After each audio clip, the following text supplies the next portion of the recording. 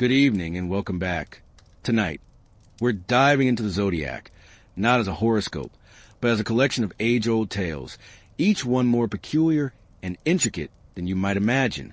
From the mighty lion to the roaming twins, from the scales of justice to the water-bearer. Every sign boasts its own myth, and some of these myths are far more complex, heartbreaking, or just plain weird than the symbols we recognize today. We'll kick things off at the beginning and make our way through all 12 signs, uncovering the legends, heroes, and gods that breathe life into them. As always, I'm curious to know where in the world you're tuning in from and what time it is for you, whether you're winding down for the night or simply seeking a quiet escape into the past. I'm thrilled to have you here. So, let's get started. If you venture outside on a night when the air is crisp and the stars seem unusually bright, you might feel that familiar and undeniable pull, your eyes drawn upwards, searching, whether you realize it or not, for shapes in the darkness. The ancients referred to this practice as katastaster, the art of weaving stories into the heavens. And they weren't just looking for pretty patterns. They were searching for meaning, for symbols, for pieces of themselves scattered and pinned to the black canvas above. Today, we call them constellations, but to people who first named them, they weren't just cold and distant collections of burning gas. They were memories, warnings, and promises. Frozen moments from stories too grand to be contained on Earth alone. Among the most enduring of these star-born stories are the 12 signs of the Zodiac, a sequence of constellations strung together, like beads along the sun's invisible path, each one possessing its own intricate web of myth, history, and quite often bizarre twists. The term Zodiac originates from the ancient Greek zoidakos kyklos, meaning circle of little animals, which sounds charming enough until you realize just how misleading it is. Yes, there are animals in the lineup, such as lions, crabs, and rams, but also a pair of immortal twins, a man eternally pouring water, a woman carrying a sheet of wheat, and even an inanimate set of scales. This celestial ring is quite the odd assortment, and its origins aren't even purely Greek. Its roots extend much further back to the Babylonians of the first millennium BCE, who charted the movements of specific constellations along the ecliptic and assigned them symbolic roles. The Greeks, never ones to leave a perfectly good system untouched, inherited this framework and rewrote it in their own dramatic style. They layered it with thick coating of divine intrigue, with gods transforming into animals, lovers immortalized in the stars, monsters slain and hoisted heavenward as trophies. And in doing so, they created something that was equal parts calendar, compass, and cosmic scrapbook. But the thing about Greek mythology, especially when fused with something as permanent as the night sky, is that it rarely tells a neat and noble story. These constellations, the ones you might now see reproduced in silver pendants or tattooed in delicate lines on someone's wrist, weren't conceived in serenity. They are souvenirs from moments of desperation, vengeance, lust, and catastrophe. Many of them exist because someone, often immortal, met with a fate so extraordinary or so ghastly that the gods decided to immortalize it in the heavens. The idea was both a gift and a sentence, a kind of immortality that freezes you forever in the pose of your most defining moment, whether that moment was triumphant or humiliating. It's no accident that so many of these stories involve transformations at the point of crisis. Men into animals, gods into mortals, mortals into stars. Because for the Greeks, transformation was both punishment and preservation. Imagine, then, what it meant for ancient peoples to stand on a quiet hilltop, point toward a crooked scattering of lights, and recount the tale of how those lights came to be.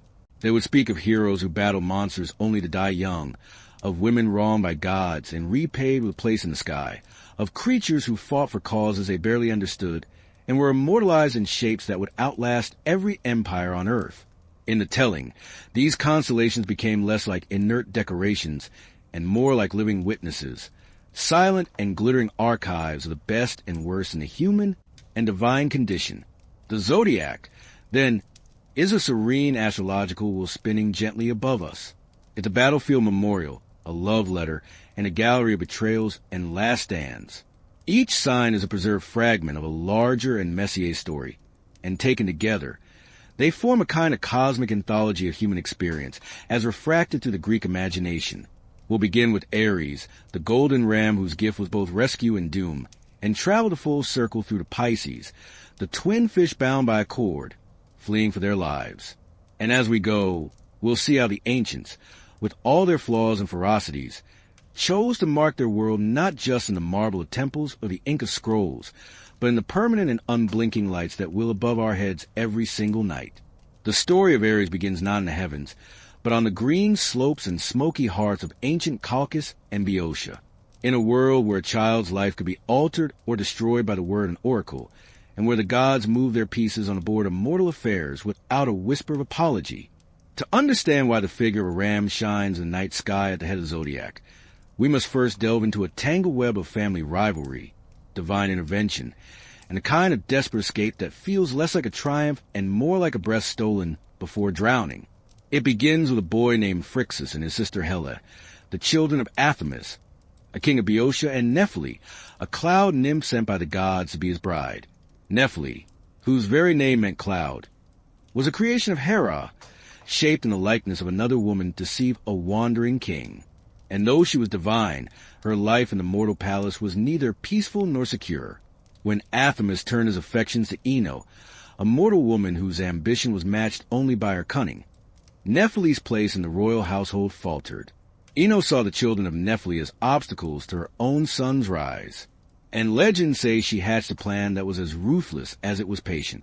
She conspired to bring famine to the land by secretly spoiling the seed grain before it was sown, driving the people into desperation.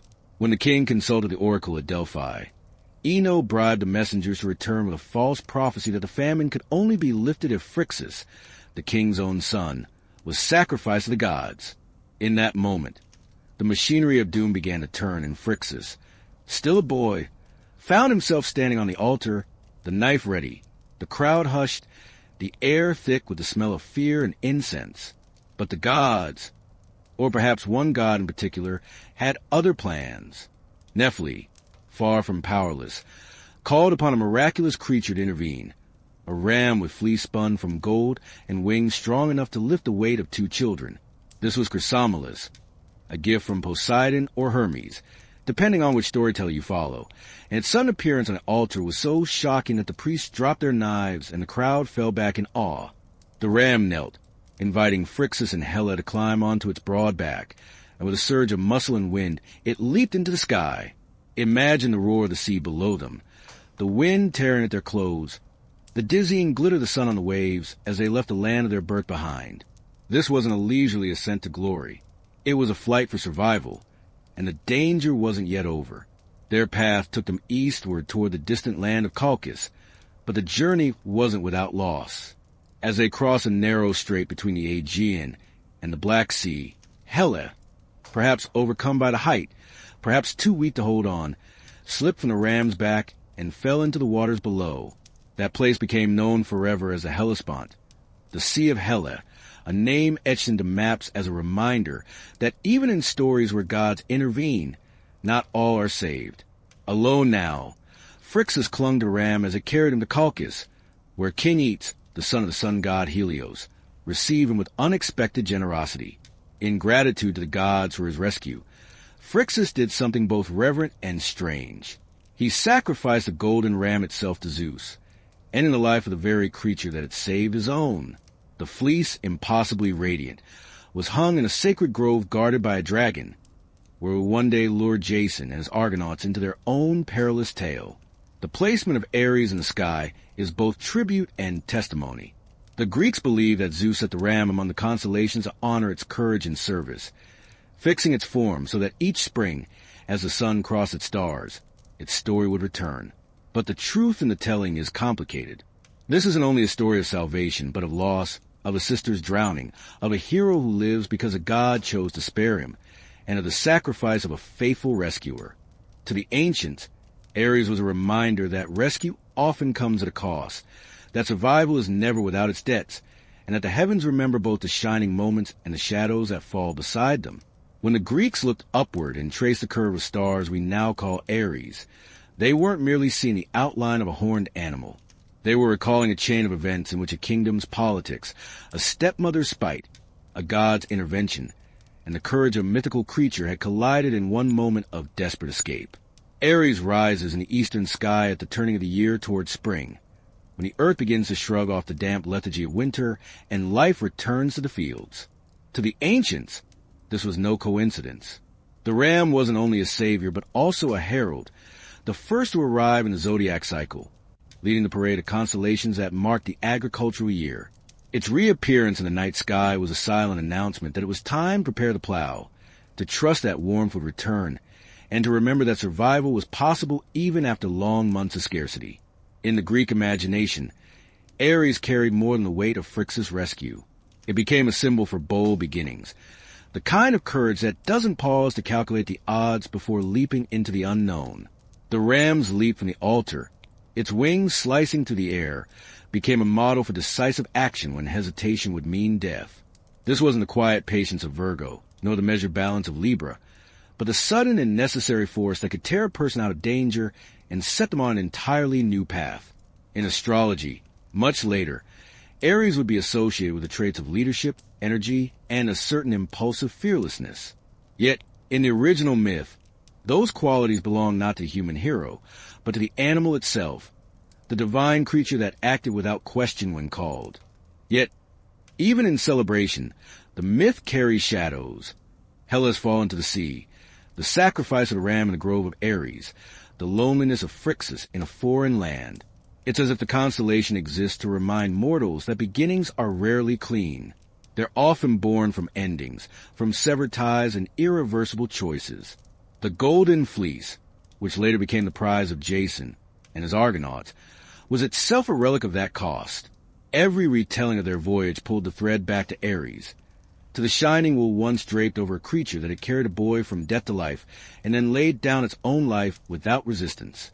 To the Greeks, placing Aries in the heavens was an act of both gratitude and record-keeping.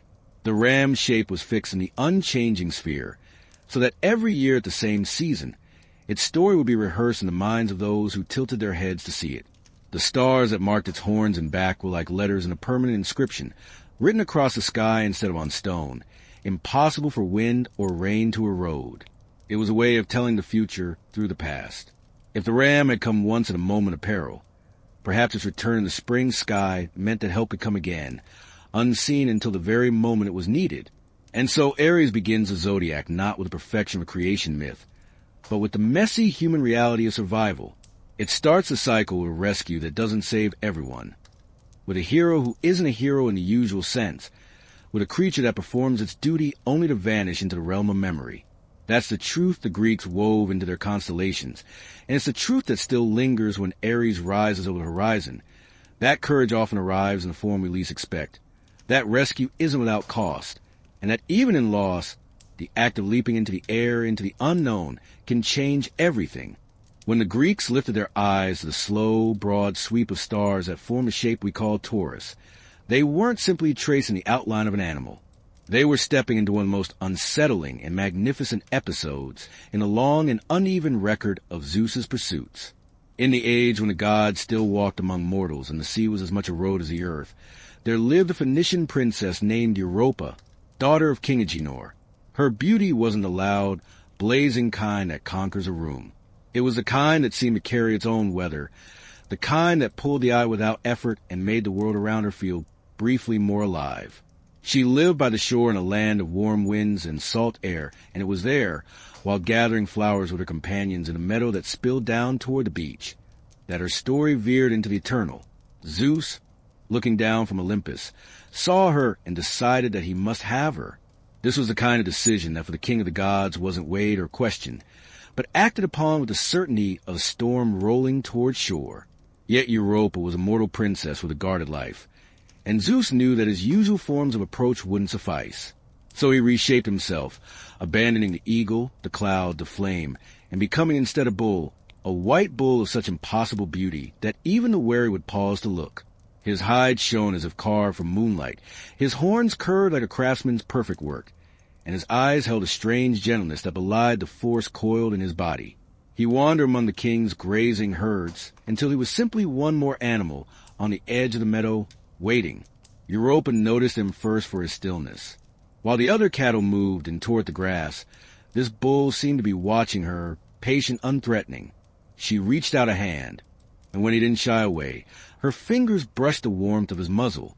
Her companions laughed and came closer, marveling at the calm creature who allowed them to drape flowers around his neck and weave garlands between his horns. His breathing was slow, deep, the way the sea breathes before a wave, and when Europa climbed onto his back, it felt no more dangerous than sitting astride a sun-warmed stone. She couldn't have known that she had already crossed the threshold into myth. The moment she settled, the bull moved, not with the short, placid steps of a grazing beast, but with a sudden, powerful surge toward the shore. The girls shouted, startled as his hooves pounded across the sand, and before they could reach her, he plunged into the surf. The sea rose around them in sprays of white, but the bull didn't falter. He struck out into the open water with the strength of something made for both land and sea. Europa clung to his neck, the garland slipping into the waves, her eyes stung by the salt wind as the coastline dwindled behind her. Dolphins appeared in their wake, leaping in arcs as if escorting royalty, and beneath them, the water shifted from green to blue to the deep violet of the open Mediterranean. There's no telling how long they traveled like this, the bull's great body cutting through the waves, the sun shifting overhead, the silence broken only by the rush of water and the sound of her own breath. At last, an unfamiliar shore rose ahead, the island of Crete fragrant with cypress and pine.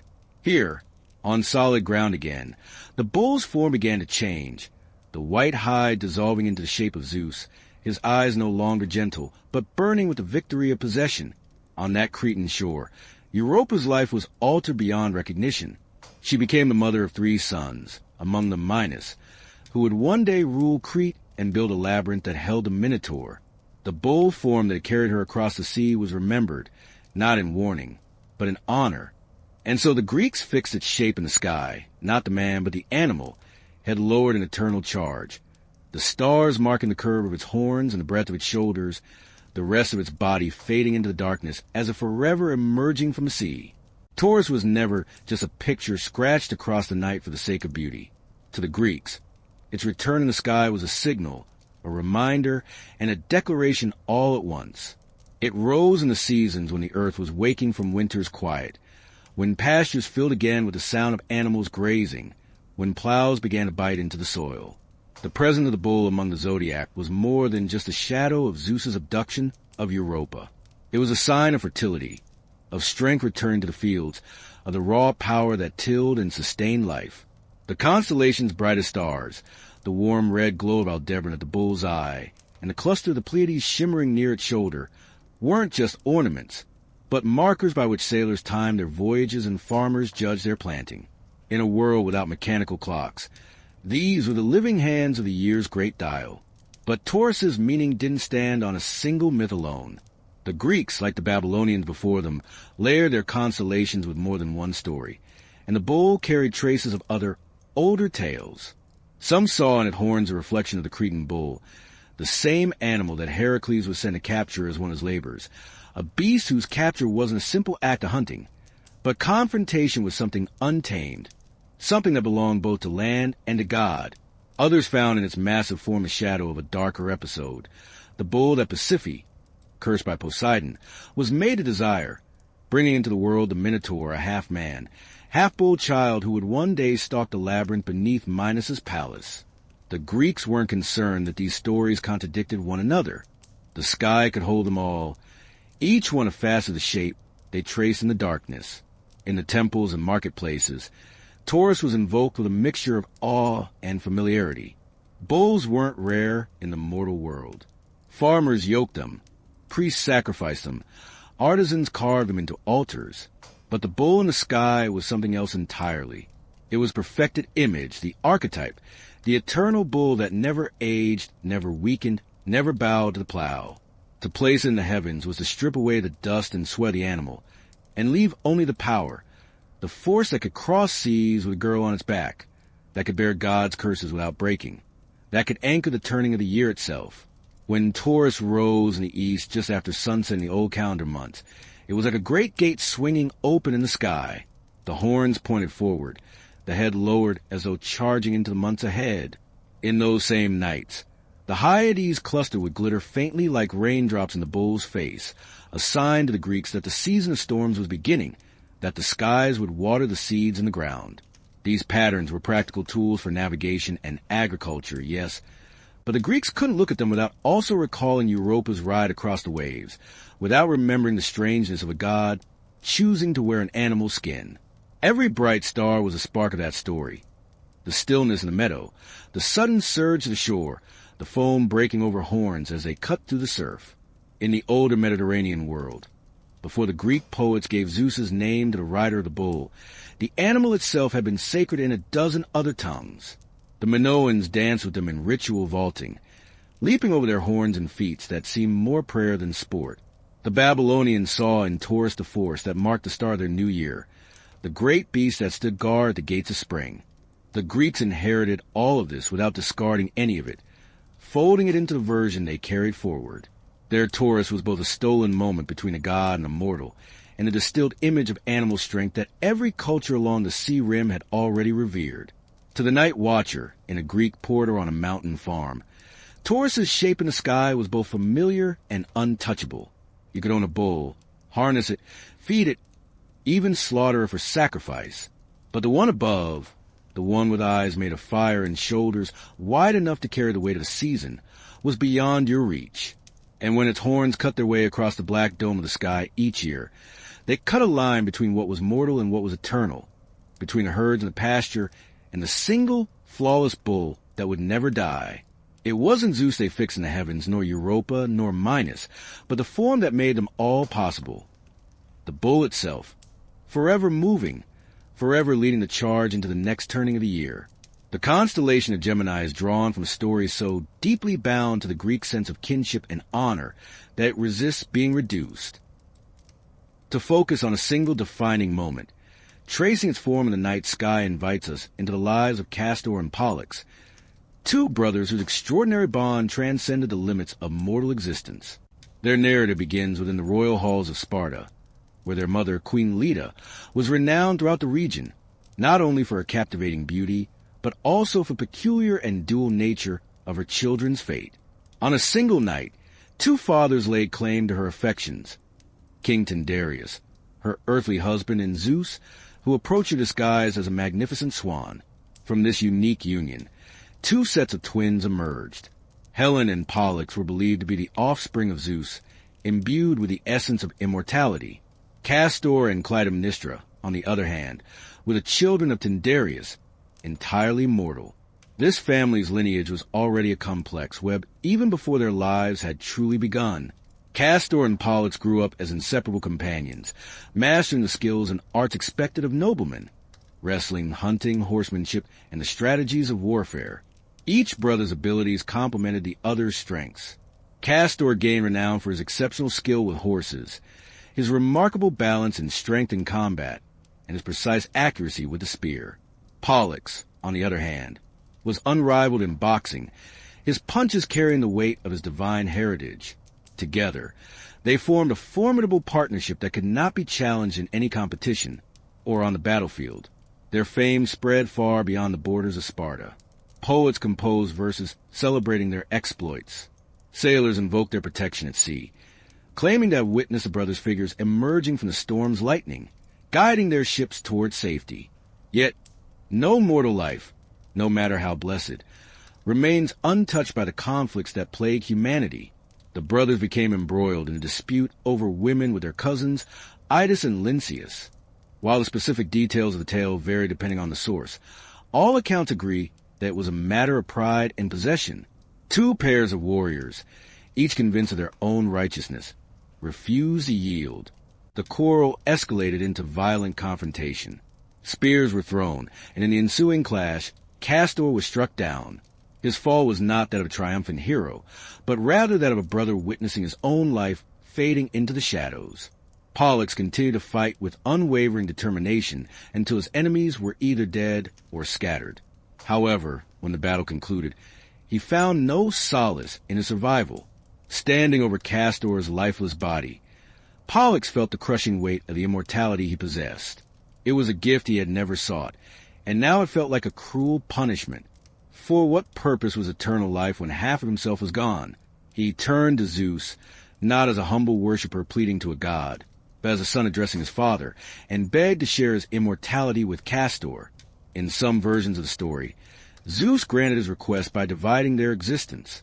The brothers would spend one day among the gods on Mount Olympus, and the next in the underworld among the shades, forever bound together.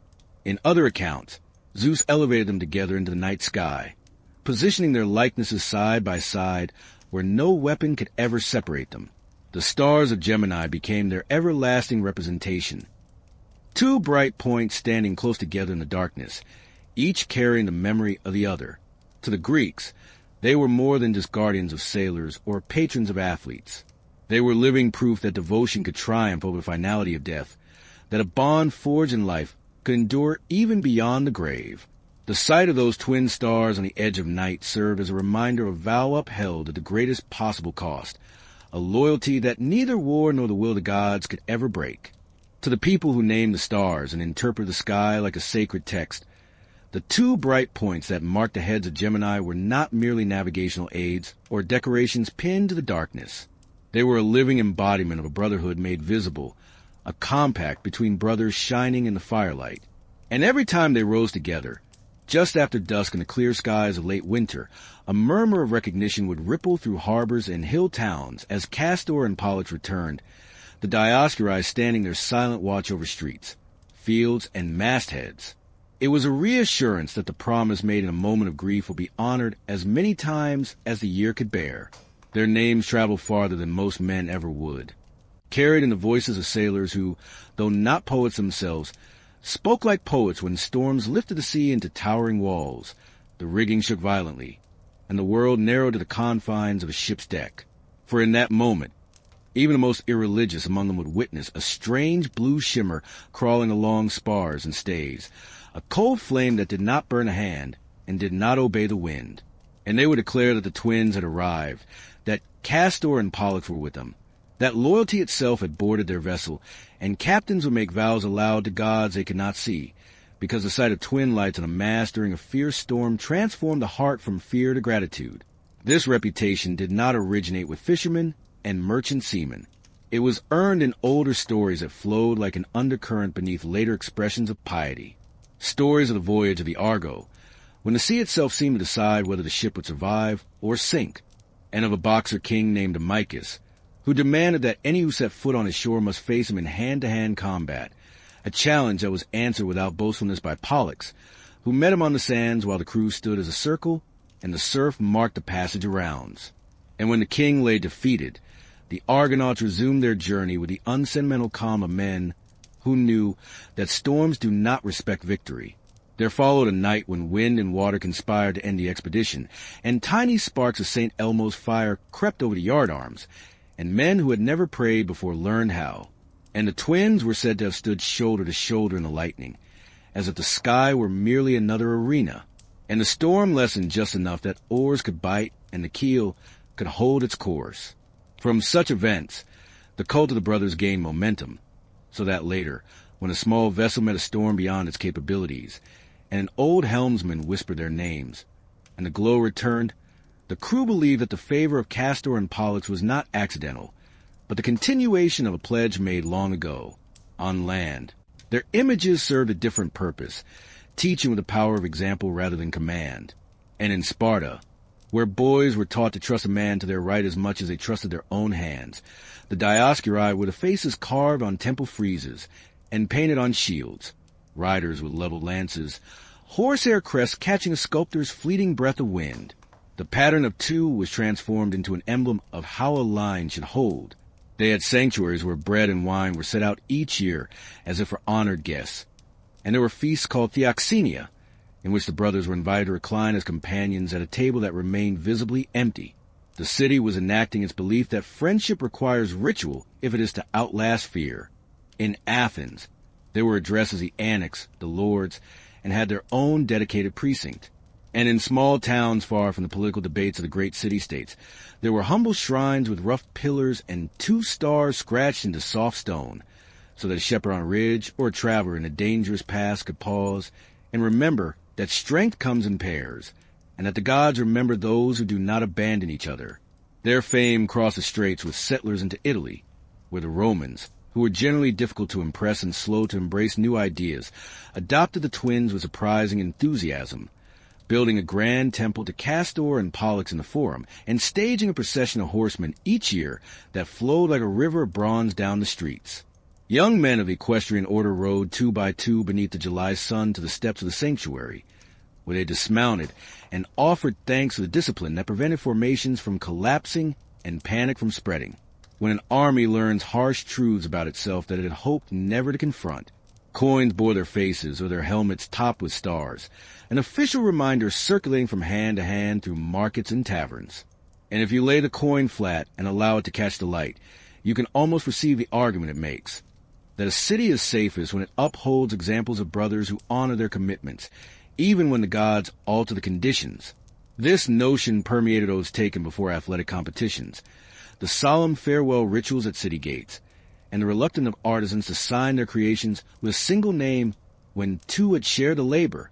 The twins appeared in poems recited at banquets and in laws that rewarded men who shouldered the burden of another's crime or retrieved a fallen comrade's body, rather than prioritizing their own escape.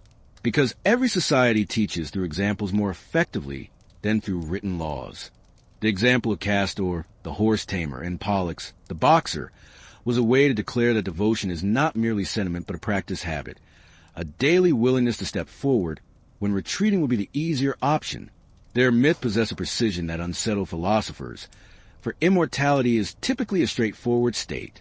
Yet the brothers lived under an arrangement that divided their days between the light of Olympus and the darkness of Hades. And audiences did not overlook the disquieting nature of that arrangement. The detail was significant because it did not flatter. It suggested that even a gift from Zeus can become a burden when the one you love cannot fully share in it. And so the bargain becomes a rhythm, a sequence of mornings and midnights in which companionship is maintained at the cost of rest, as if the sky itself were required to alternate between celebration and mourning so that a vow could remain unbroken. This is why the sight of their stars side by side did not simply offer reassurance. It also served as a lesson in the cost that words incur when spoken with genuine intention, a reminder that the most meaningful promises complicate a life rather than simplifying it, and that the meaning of a name endures only as long as someone is willing to pay for it with days, nights, and breath. Astronomers, who maintained calendars for farmers and sailors, meticulously recorded their appearances, observing that the brighter the pair, which later ages would call Pollux, rose with a warm steadfastness, while the other, called Castor, appeared slightly whiter and colder.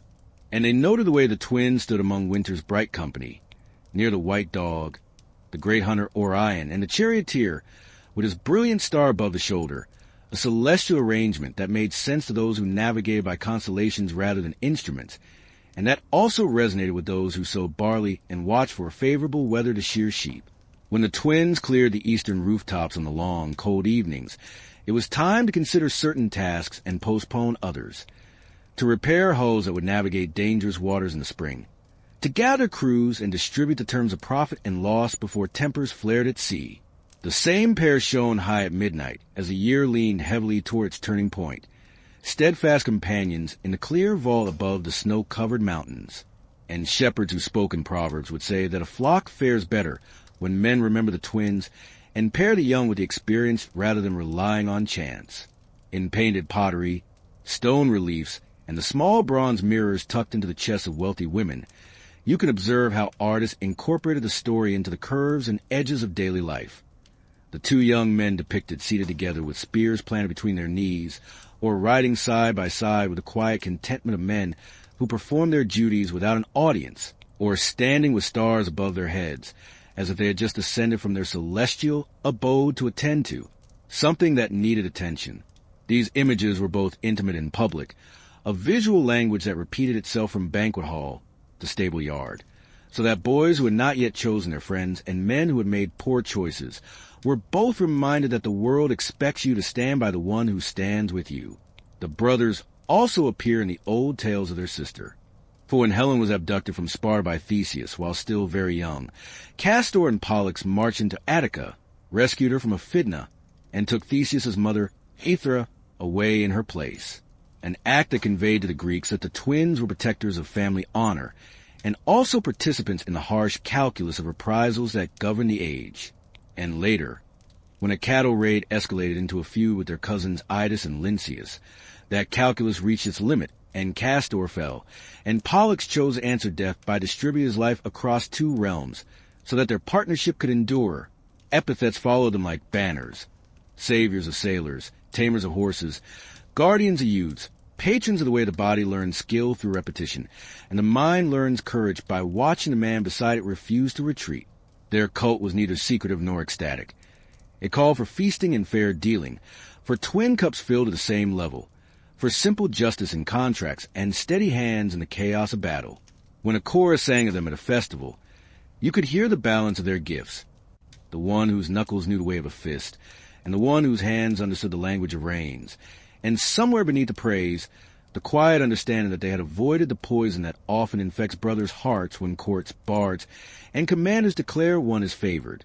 The myth insisted that Pollux's shared divinity did not make him dismissive of the mortal who matched his stride, and that Castor's mortality did not embitter him against a god-blooded youth who shared his bed and bread. All of this made the constellation more than just a signpost for seasons. It transformed it into a standing instruction, a piece of civic education conducted in starlight. And if you want to teach a boy why he must stay in formation, or return for fallen, or sit beside a friend who has lost a child, you could point to the 2 lights that travel together and tell him that the world is kept from ruin as much by paired loyalties as by laws. That when a city is fortunate, its men decide to emulate the twins. That when a ship is fortunate, the watch on the bow maintains faith with a hand on the tiller, because each knows his life is intertwined with the others. In this way, Gemini became a habit of mind and a discipline of the heart, a way of measuring oneself against a story that refuses to let affection be cheap. And as the brother stars cleared the haze above the sea lanes or hung over frostbitten fields, the same thought would take root again and again in those who looked up. That devotion remembers the bargain it made even when the day has been long and the night promises no relief.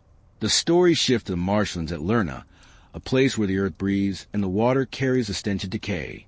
Reeds sway in the gentle winds, and stagnant pools mirror a somber sky that seems unwilling to break. Here, the hydra makes its lair, coiling in the shadows beneath a bank where roots dangle like ropes. The second labor of Heracles leads him into this forsaken terrain. He arrives armed with club and a sword, accompanied by his nephew Iolaus, who carries a torch and a cart. They move with the awareness that the very air will turn against them. The swamp swallows their footsteps. Frogs fall silent, and even the birds retreat from the acrid scent of old blood. Heracles locates the hydra by listening intently. He knows that the beast rarely sleeps for long. A menacing hiss echoes across the water, followed by a powerful surge. 9 heads rise, resembling black lilies unfurling. Their eyes glow with malevolent intensity, and teeth are bared in a grotesque grin. Heracles stands his ground and strikes with his club. One neck snaps under the force of blow, and the severed head falls into the weeds. The stump hisses with escaping steam, and then erupts in a horrifying transformation. 2 new heads emerge in place of the one that was lost. He quickly learns a grim lesson. He strikes again and again, the marsh resonating with the sickening sound of wood against bone. Each blow only multiplies the number of mouths he must contend with. The creature moves with chilling patience, gliding across the mud and testing its prey. Heracles retreats to firmer ground, his club crashing against skull after skull. The air fills with the pungent odors of iron and sulfur. Iolaus runs the torch along dry brush, waiting for the opportune moment. Heracles pins a neck with his knee and hacks it through with his sword. Iolaus is there in an instant with a searing flame, cauterizing the stump. The neck seals with a piercing scream, halting the horrifying multiplication of heads. The men settle into a grim rhythm. Cut, burn, step, breathe. The hydra thrashes violently, tearing up roots, sending water crashing against the bank, and whipping its tail through the reeds, showering the sky with mud. The labor is brutal and relentless. Sweat blinds a hero. Smoke claws at his throat, yet he does not relent.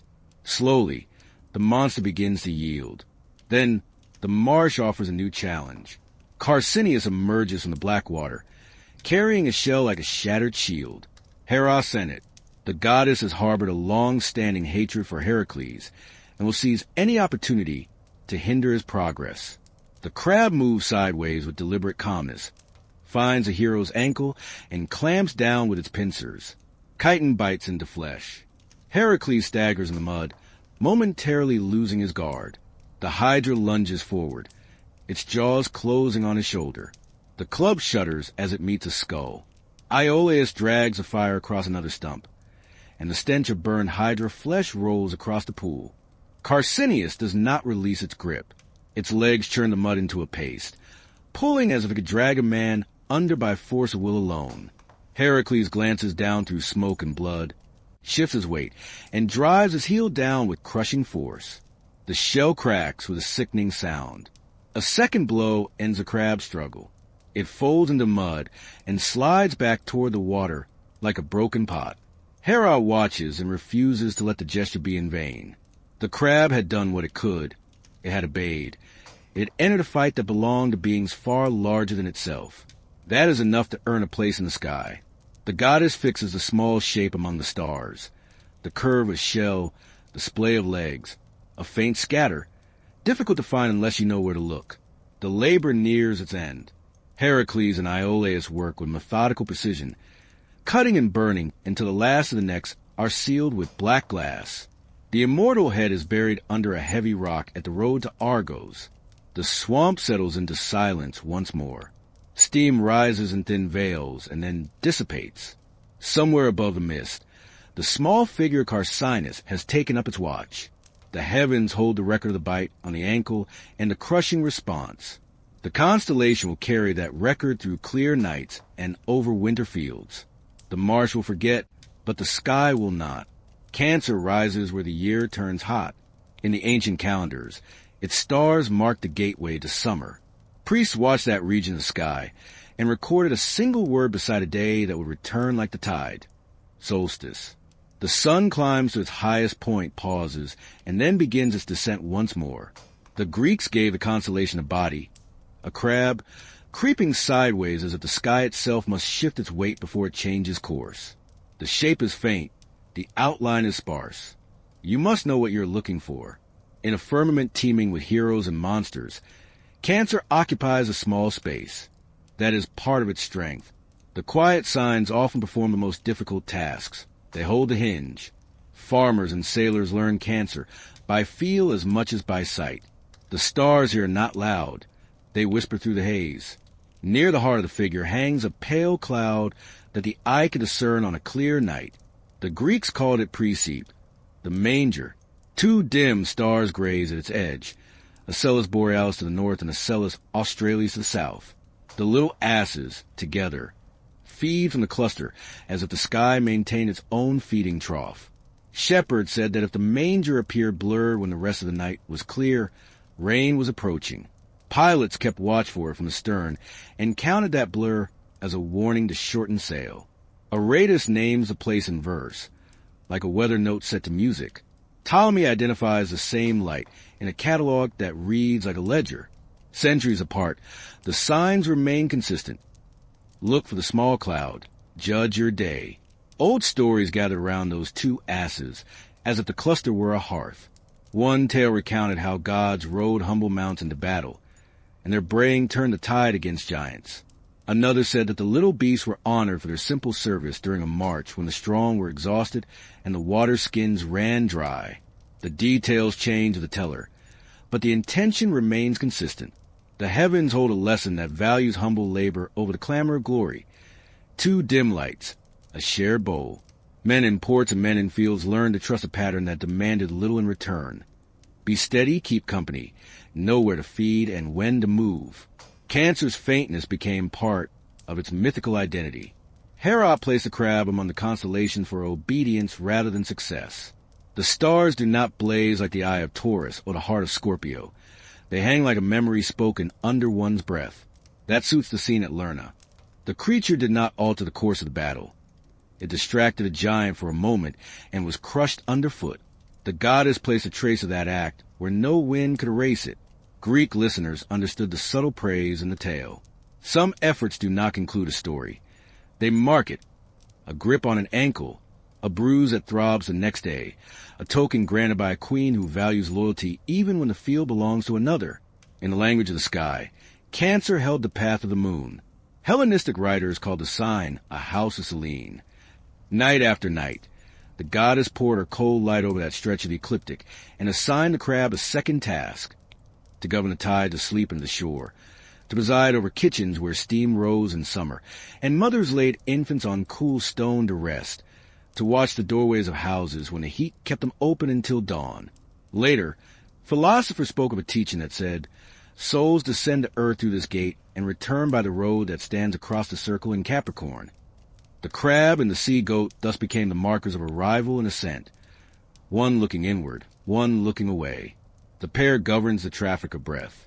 Cancer once. They named the latitude where the sun reached its highest point at noon.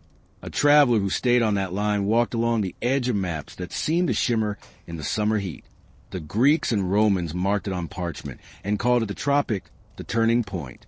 The name persists even though the Earth's gradual shift has moved the solstice sun to a different part of the sky. The name is like a familiar scent in a shirt washed countless times. It simply won't fade. Men once stood in their fields when the sun entered the constellation Cancer, knowing the worst heat was imminent. They scheduled their work for the early hours. They tended to their vines before midday. They shared bread in the shade, patiently waiting for the first hint of evening.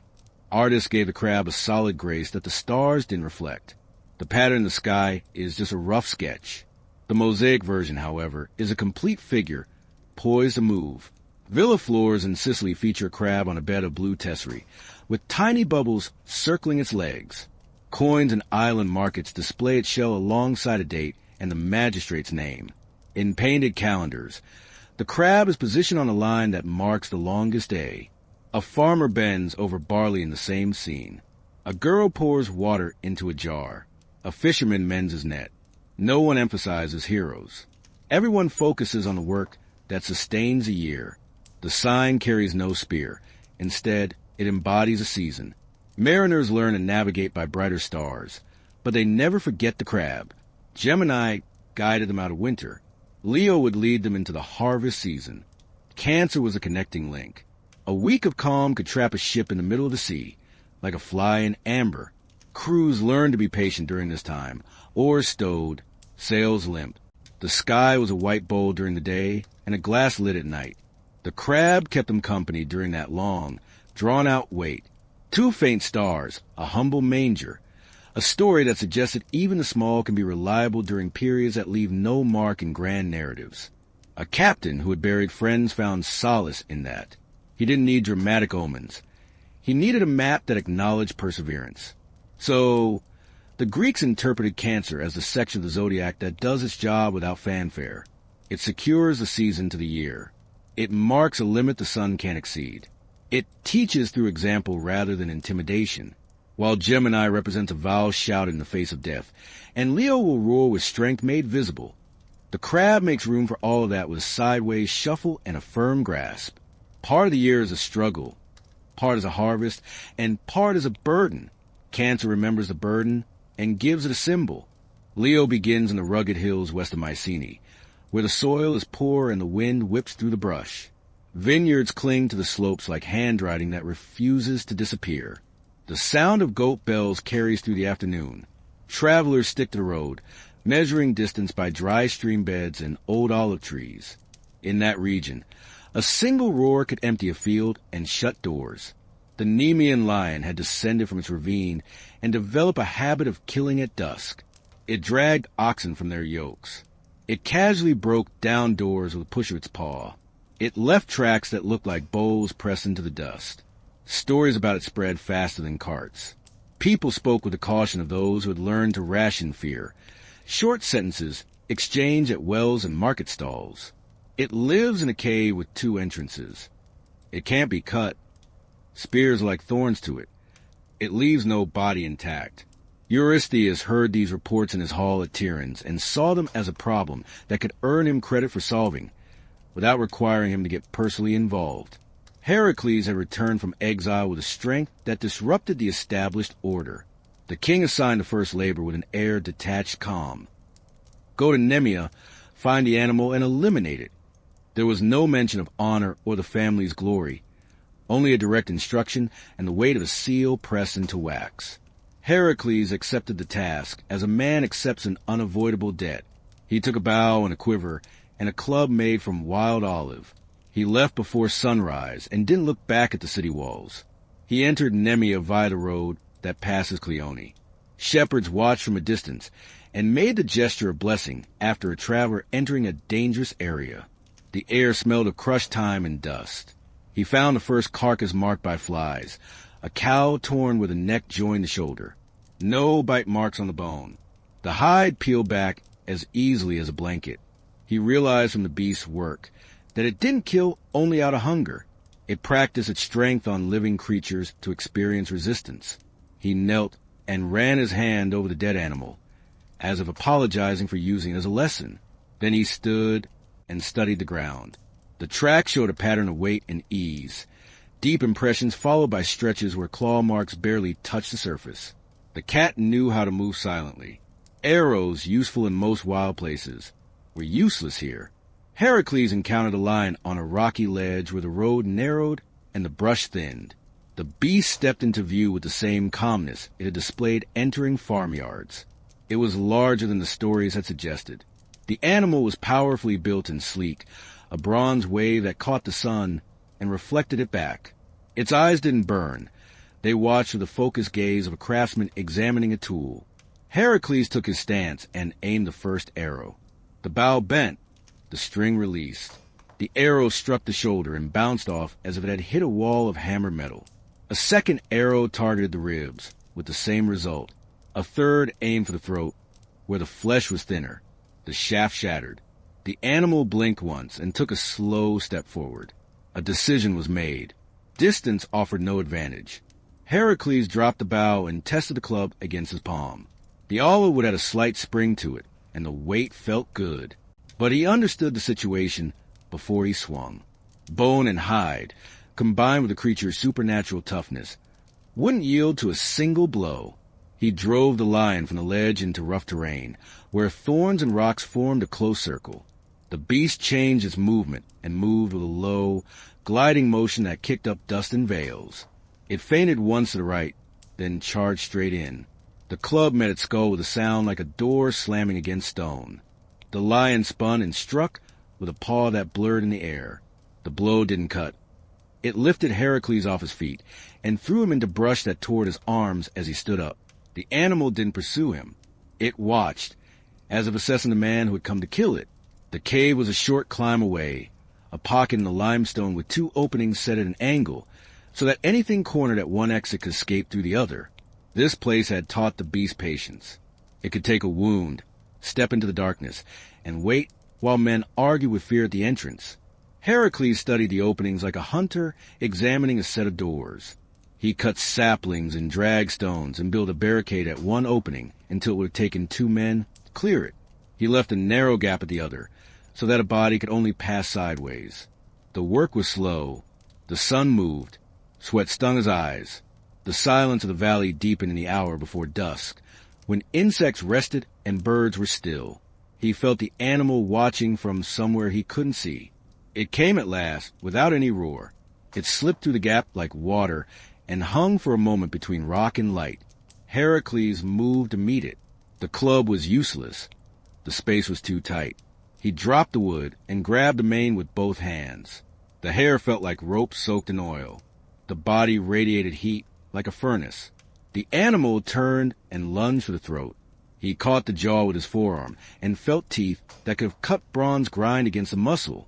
He shifted his weight and drove a knee into its ribs, crushing its breath. The cave amplified the sound of the struggle, turning it into a low drumbeat. Dust rose and fell. Pebbles trickled down in small avalanches. He tightened his grip with a patience he had learned in other battles that had left no songs. Strength did the work, and then kept doing it for what felt like a season. The front paws clawed at his back, leaving burning furrows. The jaw slackened. The heat drained from the great body like water from a cracked jar. He stayed with the weight until his own breathing returned to normal. Then he lowered it and stood over it in the dim light. There was the matter of the hide. The stories that reached Tyrion's had included the detail that made the whole thing clear. No blade could pierce that skin. Men from the valley had tried to take a trophy from the ribs and shoulders and had broken knives without even lifting a single hair. Heracles tested his own blade out of respect for the craft that had made it and felt the metal slide off. He considered fire, then stone. Then he remembered the simplest truth. Something made beyond the ordinary might only respond to itself. He knelt again and took one of the lion's own claws and worked it along a seam where the belly was soft. The skin parted with a soft sound, a surrender that belonged to the moment when an impossible tool meets its proper use. He stripped the hide with the skill of a man who had dressed animals since childhood, carefully avoiding cuts that would weaken the pelt. He put the skin on his shoulders and felt the weight settle like a mantle that would never belong to anyone else. The jaw came forward over his brow. The fangs framed his face, so that anyone who looked would first see the memory of the animal that had dominated the hills. The smell of the cave and the beast enveloped him. It would take days to fade. He picked up the club and stepped out into the evening. The sky over Nemea had turned the color of grape skins crushed in the press. A few birds flew low, as if the weight that had pressed them down had lifted. People emerged from behind walls in small groups, assessing the figure wearing the lion's head, and moved with a tired steadiness that spoke more truthfully than any shout. There were no speeches in the road. There were nods, and the kind of thanks that a country offers with bread and water, and a place to sleep under a roof that doesn't leak. The return to Tyrion's rewrote the court's hierarchy. The herald who carried messages for Eurystheus met Heracles in the outer field, and wouldn't come closer than a safe distance. The king heard the news and walked to the threshold, then took a step back into the shadows as the figure with the lion's mask grew larger in the courtyard. It is said that Eurystheus looked once, then turned and quickly climbed into a storage jar that held grain in other seasons, like a boy hiding when thunder rolls through the house. He issued the next command from that dark opening, sending word that future reports must be delivered outside the walls, with no trophies brought near. Heracles listened without any visible reaction. He had work to do and he would do it. And he knew better than most that fear, born in a man's own house, is an argument without a resolution. The hills of Nemea then returned to innocence. Hunters found the cave and spoke of it as if it held a presence, even when empty. Children dared each other to touch the stones of the blocked entrance, then ran away laughing, sick with pride. Vines crept back over ground where the lion had dragged cattle. The quiet of that country changed its tone. It lost the tremor that comes when people listen for a single sound and gained the deeper breath that comes when a danger has been removed by hands that have earned their scars. In the paintings that followed, the lion would never stand alone again. It would live as the cloak of a single man, a second skin that marked him in every port and on every road. Proof that some tasks remade the one who performed them as completely as a river remakes a bank of flood. Leo claims the warm nights after the year has tipped past the summer solstice. The western sky still holds a band of copper at dusk. Crickets fill the fields. Then a hook of stars rises from the horizon like a bright question drawn by a careful hand. The old watchers call that hook the sickle. It marks the head and mane. Farther back, the body gathers in a long trail of light. At the heart sits a single royal flame. Later ages called it Regulus. The Greeks also said Coriolanus, the heart of the lion. Priests stood on rooftops and waited for that star to clear the haze. They made notes on wax tablets. They counted the days until harvest. They set dates for rituals that asked the gods to stabilize the season and forgive the harshness of the heat. Farmers read Leo with the same care they gave to the soil. The vine leaves grew stiff in the noon glare. The fig trees bled white when cut. The land demanded careful work and early rest. When the sickle stood high after midnight, presses were cleaned and jars were set out in courtyards. The grape juice would soon flow. Shepherds moved flocks to higher ground, where the night air still moved. In towns, the air tasted of dust and olives. Stone lions stood at the mouths of gates, their eyes looking down on carts and sandals. A carver's lesson placed a lion on a globe or plinth. Rule yourself. Hold the line. Let strength remain still until needed. Under those eyes, men came and went with baskets of news, and the small griefs that didn't stop the day's work. Astronomers placed Leo among the Zodiac, with a craftsman's pride. It walks the ecliptic with the poise of an animal that knows the ground. Ahead lies Cancer with its humble manger. Behind lies Virgo with wheat in her hand. The placement taught a rhythm. Pause at the hinge of the year, then step into labor, then claim the bread that follows. Star by star, the figure becomes meaningful. The head bends. The forepaws press the unseen earth. The spine runs toward a single cold spark at the tail, then a bola. When the whole constellation rises, the sky seems to carry a living weight. Even those who didn't follow names and measures felt that weight. A presence, a standard raised without fanfare. Myth gave the outline of history that men could share in a courtyard at dusk. Zeus placed a line among the constellations to mark the end of a terror. A cave that had trained a beast to ignore iron, a struggle in close quarters where a man refused to yield. The trophy in heaven isn't a head on a wall. It's an image that teaches. The hide on a hero's shoulders silences a crowd. The shape in the sky steadies a century. When children asked why the lion looked forever ready to move, the answer came in a short series of facts. It learned to take doors off their hinges. A man learned its patience. He drew into a place where its tricks wouldn't work. He did the long work of breath against breath. Then he carried the lesson away and gave it to the year. Temples answered with art that sharpened the thought. Painters set Heracles in half-light with the lion's jaw fallen across his brow. Sculptors carved muscles that spoke without words. The pelt became a mantle that put an end to boasts. Coins traveled from hand to hand with a lion facing into wind and a wreath around the legend of a magistrate. Mosaics set lions in tesserae that caught water and wine. The creature watched from bathhouses and banquet halls, and the floors of town houses where sunlight walked in from inner courts. A guest paused over pattern while a servant poured. Strength is in the house. Spend it with care. The message passed without a sermon. Sailors who live by bright markers used Leo to hold their lines on open water. When Regulus cleared the rail before dawn, a helmsman could confirm his course for Rhodes or the healed Italy. When the sickle leaned to the west at the end of night, men judged how much dark remained for rowing and when to call for relief. The lion didn't shout in storms. It simply stood where it should stand and gave the mariner a fixed point when the mind began to wander and fear grew teeth. In that steadiness, the brothers of the sea felt a promise that belonged to discipline. Keep the angle, trust the star, let the wave pass. Philosophers took Leo as a study and earned authority. They pointed to Regulus and spoke about the difference between a crown and a head that can bear one. The lion's face in the sky looks outward. It doesn't plead, it doesn't threaten. It consents to be a measure. Kings came to shrines with gifts and asked for the dignity that doesn't turn into rage. Judges wore rings with small lions cut into bezel and try to remember that haste shames the bench. Even households listened. Fathers told sons that a heavy hand has to learn when to open. Mothers told daughters that iron in the spirit doesn't acquire iron in the tongue. The constellation helped frame those sentences. A picture held the advice in place. Writers of catalogs kept the names, so a distant future could still point and know. Hipparchus noted the long slide of the sky, and still placed a line with care among his figures. Ptolemy added magnitudes and a map in numbers. Poets folded that dry precision into lines that brought breath to it again. A lion crouches in the east, his heart burns clear. The year has passed its turning. Bring water, bring shade, bring bread for those who labor before noon. A city that learns such lines grows hard to break. The residents know when to rest, when to stand up, and what a long day demands from the back and from the will.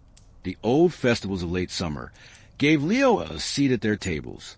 Men set wreaths of dried bay on door lintels. Women cooled wine with river stones wrapped in linen. Heralds called the names of athletes into dusty arenas where feet kicked up light. In the stands, a father pointed the sky while his child watched wrestlers lock and lift. See that curve of stars over the roofline? That's the mane. The bright one is the heart. Watch how the stronger man waits. See how he will choose a moment and hold.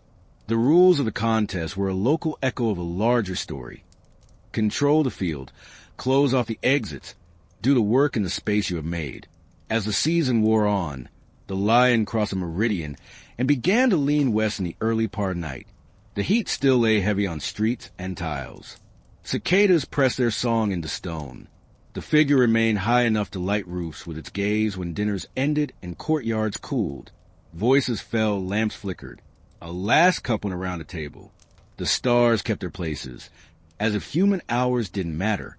People took comfort in that indifference, a constant above the variable, a frame around change. In that frame, Leo kept teaching by being present, a memory of a cave outside Nemea, a posture of readiness that doesn't steal forward, a heart that doesn't flicker. So the Greeks let the lions stand where they needed a law that could be seen. The law said that force must learn to be patient and then exact. The law said that a city must learn to bar the easy door and steer danger into a place where courage can work in close. The law said that a man who has taken a beast by the throat doesn't have to raise his voice. He can put on the skin and walk home at dusk while the hills hold their breath. Above him, the same outline goes on walking across the months, head lowered, paws firm, eyes on the ground that all must cross.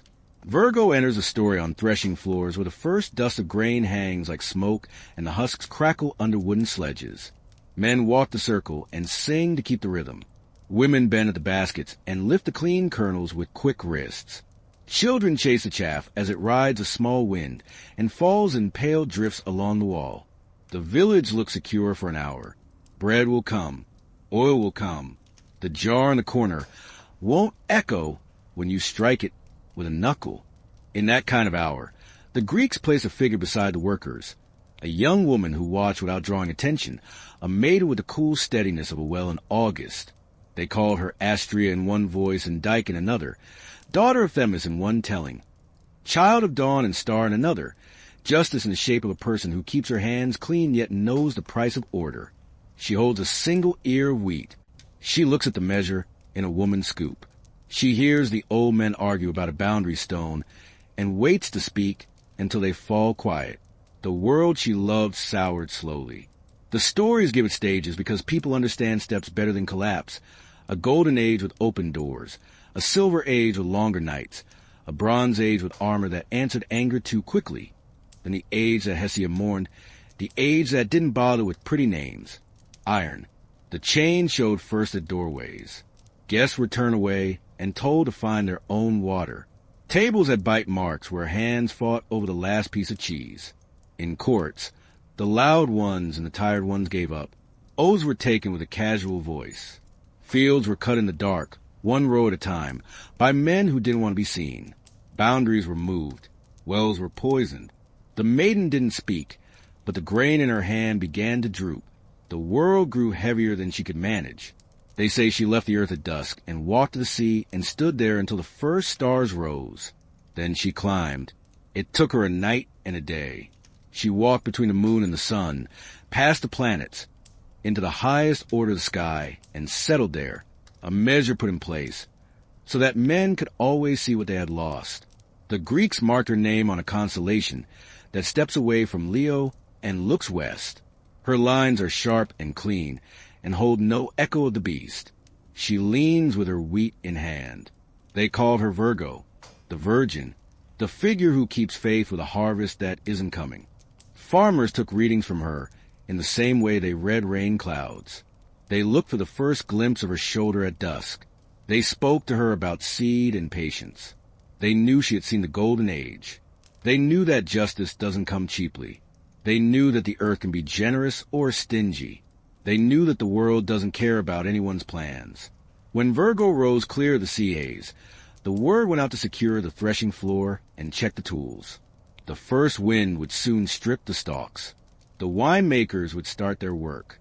Those who kept bees would climb to the high hives and smoke the combs. The rhythm was fixed, but the year still held its breath. Sailors steered by her light with a faith they reserved for their patron gods. Virgo promised winds that were steady but not heavy. She stood on the horizon and measured the distance to safe ports. The knowledge was folded into stories. Steer by the ear of wheat. Avoid the lion's heart. Hold to the promise. The great port cities of the Mediterranean put her face on coins and painted her likeness on the prows of ships. They carved her in limestone above granaries. The lesson came with every transaction. A woman holds a measure of the season. She doesn't offer abundance, but she guarantees an order. Philosophers offer their own explanations for her placement. They called her the conscience of the Zodiac.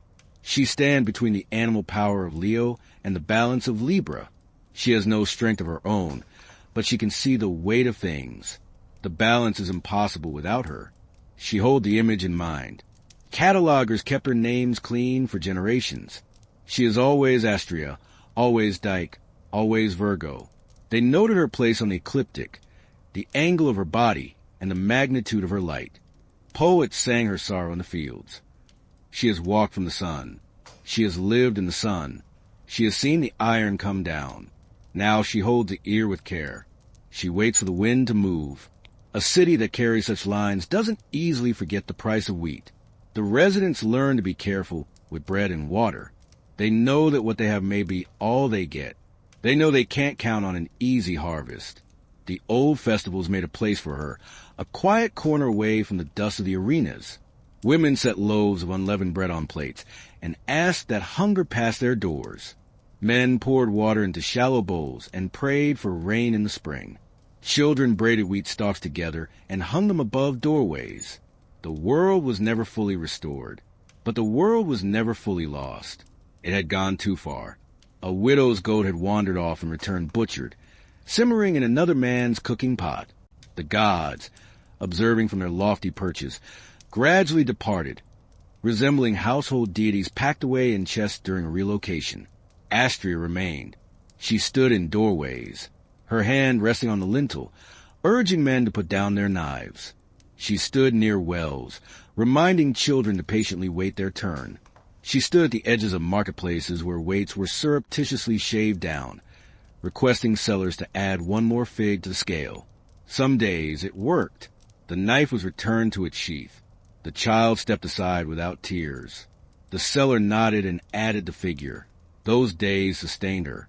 She walked the roads connecting towns, slept under grapevines, and watched the same moon that the reapers watched from the fields. Then there were days when the knife was brandished anyway, when the child pushed forward, scooping water with both hands until the trough, marked with stick, was ruined. When the seller laughed and kept the change, she recognized the sound of a life bending beyond repair. It's a simple thing. A voice loses its inflection. A face freezes in an expression that never softens. People stopped looking at the witness. They talked over her shoulder as if she were a pillar. She stayed until that sound echoed everywhere she turned, even in rooms where bread had been blessed for 50 years, and everyone knew the names that should not be spoken in anger. The stories say she was the last of the immortals who loved men to simply walk away. No rush, a deliberate departure. A woman who knew how to make an exit that preserved whatever dignity remained. The walk itself became legendary. She chose the dirt road shaded by common trees. She passed altars with smoke rising in thin columns and didn't stop to scatter the ashes. She left the pottery districts where clay dust becomes permanently embedded in the wrinkles of knuckles. She crossed the long bridges where the river resembled hammered bronze at dusk. She turned once in a barley field and watched gleaners pick the corners a second time in silence. She didn't speak. She lifted a single ear of wheat and held it to her breast, the way a mother lifts an infant when the crowd becomes rough. In that gesture, the Greeks understood her intention. She would carry one piece of evidence of what had been good. She would take it where hands couldn't damage it. She would leave the rest to men and their allotted time. The birds lost their nerve and didn't follow. Dogs lay in the shade and watched her pass, their heads resting on their paws. Night enveloped her in a clean ring. The stories say the air felt different, heavier. Torches seemed crude beside her. The road seemed to rise, as if it had been a ramp all along, and no one had noticed. She didn't fly. She didn't run. She stepped from hill to hill the way a careful farmer steps across irrigation channels with a full bucket. Below, the small lights of farms spread out like a net. At the edges of those lights, men argued about a boundary again, and the same harsh words were exchanged with the same vehemence. She didn't turn back. The sky welcomed her, without ceremony. A place opened and held its shape. The maiden stood in that place and didn't waver. The ear of wheat shone like a coal in a dying fire. The Greeks gave it a name that suited the thing itself. Spica the ear. A single bright witness carried upward to swear that order had once existed on the ground. Down below, the empty space she left filled with other voices. Law persisted because men need it even when they resent it. Magistrates learned to keep notes because memory becomes biased. Contracts became longer. Witness lists took up a page and a half. Judges asked for extra benches. The habit of weighing returned in tools since the hand that had weighed by instinct was gone. People missed her most in the moments with no rule book. A fist fight in a lane where neither man remembers the initial insult. A widow who can't pay and must choose between shame and hunger. A small theft that will ruin a boy if punished and will encourage a group if ignored. The sky carried her image over all of this like a roof tile that won't crack. Those who looked up saw the steady lamp of Spica and felt the tension ease in their throats. Some took it as permission to try again in the morning.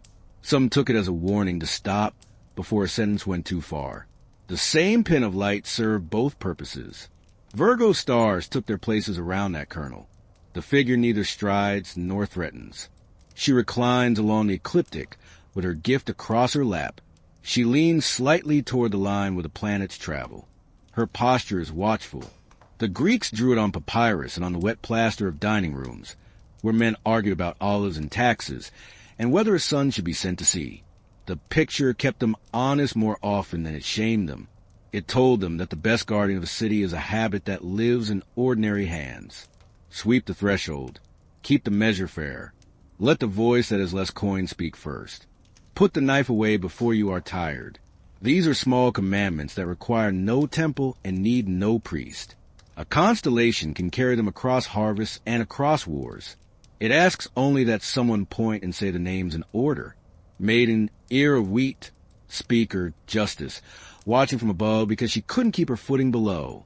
Virgo takes her place when the fields are close to yielding everything they have. The threshing floors are warm at dusk. The jars stand in rows along courtyard walls. A slow wind carries the scent of straw and figs. Above this work, a figure extends along the Zodiac with that calm the Greeks valued in judges and in seasoned farmers. The maiden doesn't stride. She reclines on the path of the planets and keeps one bright token where every eye can see it. A single ear of grain. The star that names it burns a steady white. Spica. Men in villages learned its location as they learned a path to water. Women teaching daughters to weigh out flour pointed the same light and said the word aloud. Keep the measure, keep the peace, keep the year. The constellation spoke two languages at once. One was the language of fields. Demeter's influence lived here in quiet form. The sheath in the maiden's hand reminded everyone that bread comes first, that a city stands only as long as grain reaches the oven. The month of vintage waited just beyond Leo, and Virgo stood between, with the air of someone who knows when to pour and when to hold back. Even the secondary stars hinted at work and timing. Epsilon Virginis carried a name that wandered through many tongues and settled on a meaning that farmers felt in their bones. The grape gatherer. That faint gold pin told vineyards when to watch the sugar creep into skins. The sky offered signals to those who looked up from the press or the trellis and asked the oldest question a household ever asks. Is it time? The second language was the law. Astrea and Dyke survived here as presence rather than story. A balance in the eye, a habit in the hand. When markets opened at first light, when weights came out of drawers and were set in pans that rocked on thin arms, the maiden was already above the western roofs and still watching. Merchants eyed the beam and took off a fig, or added one, and in that small correction, a city confessed. It remembered what the image demanded. When magistrates drew up bonds on wax tablets and added the names of witnesses in a tight line, they did so under a sky with the ear of grain held steady. No threat came with that light, no trumpet. It was a quiet instruction that could outlast a dynasty. Keep the contract clean. Speak before anger fills the mouth. Leave enough in the sack for the woman down the street, whose son is away with the fleet. Sailors learn Virgo by roots and angles rather than by the smell of cut straw. Spica rides low in spring evenings and climbs to a regal height when the night is short. Crews tracked it from the shorelines of the Levant to the islands at the Aegean and across the open water to Sicily, where the horizon is a hard blue blade by day and a perfect circle by night. When that single star cleared the starboard rail at the middle watch, a helmsman could fix a course without speaking, and the bow would hold true until dawn lit the sail. The star did more than guide. It trained the mind. To steer by one bright point is to accept that steadiness is a craft, that the hand on the tiller must trust a pattern the sea can't change, that the shortest prayer at night is simply a name spoken once into the wind. The old keepers of the sky wrote Virgo into their ledgers with the pride of men who know they are preserving more than numbers. Hipparchus compared observations from earlier generations and found that the heavens weren't fixed in the way everyone had believed. The equinox had shifted against the stars. Spica helped teach that lesson. It's a detail for astronomers, and yet it fits easily in the larger truth that the Greeks kept gathering under these figures. The world moves. The measure must move with it. If the point used to mark a season slides, then the wise man adjusts his calendar and his temper. He doesn't blame the field. He looks again and corrects his hand. Artists returned to the same lines for centuries and still found room to say something new. On a wall in a dining room, a painter set the maiden beside a table where two men leaned over accounts. Her gaze fell on the smaller pile of coins. In a mosaic near a bath, the sheath glowed against a deep blue field, each grain marked with a small square of pale stone that caught water and made it shine. On coins struck in busy ports, the star alone appeared above a single ear. The message stripped to a sign understood from Antioch to Austria. In every medium, the figure remained composed. Even when sculptors placed scales over her wrist or a palm branch in her hand, the wheat never left her fingers. Food and fairness. The pairing said more about the stability of a state than any speech in a portico. Myths ran parallel to all this practice like a river beside a road. Some told of Erigone mourning her father Icarius, the wine-bearer of Dionysus, and hanging herself beneath a tree when the men who had killed him wouldn't hear the truth. Her dog found a body. The gods set both in the sky. The girl is Virgo. The dog is a small star near the foot of the greater constellations. The story gave the constellation a grief that farmers already knew by another path. Wine can be a gift and a danger. A city can fail to hear a just claim. The sky remembers the hearing that was refused. The maiden's calm carries that memory into each season without raising her voice. Temples and courts place images of Virgo where citizens could see them on ordinary days. The figure became part of the city's furniture in the best sense. People passed under her lamp on their way to take out a loan, to swear an oath, to settle a fence, to ask for mercy for a son who had stolen olives that weren't his. The conversations changed when that gaze was in the room. Men chose simpler words. They put their hands flat on the table rather than folding them into fists. The same star above the roof joined these rooms together, street to street, district to district, until the whole city shared a sense that there's a right way to weigh out a measure after harvest, a right way to add a witness name to a bond, a right way to split a field when a brother dies without sons.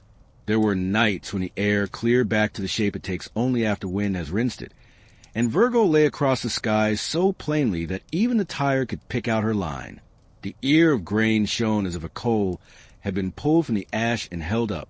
Children counted secondary stars and drew the figure in dust with a finger. Old men named the bright neighbors one by one and felt their chests ease in the naming. The constellation didn't promise rain. It didn't carry a prophecy about the fate of a fleet. It offered something more useful for most lives, a calm standard, a reminder to value the mundane rights that keep a household from drifting and a city from breaking. Sweep the doorway before you open for business. Share water at the well. Keep the weights true when no one is watching. When the maiden finally slid down into the west at the end of her season, the year had already shifted its tasks. The vintage pressed forward, the roads filled with carts and skins. Nights lengthened by an inch. In that change, there was no drama. There was a sense of a page turning in a book that has been read many times and still asks for careful attention.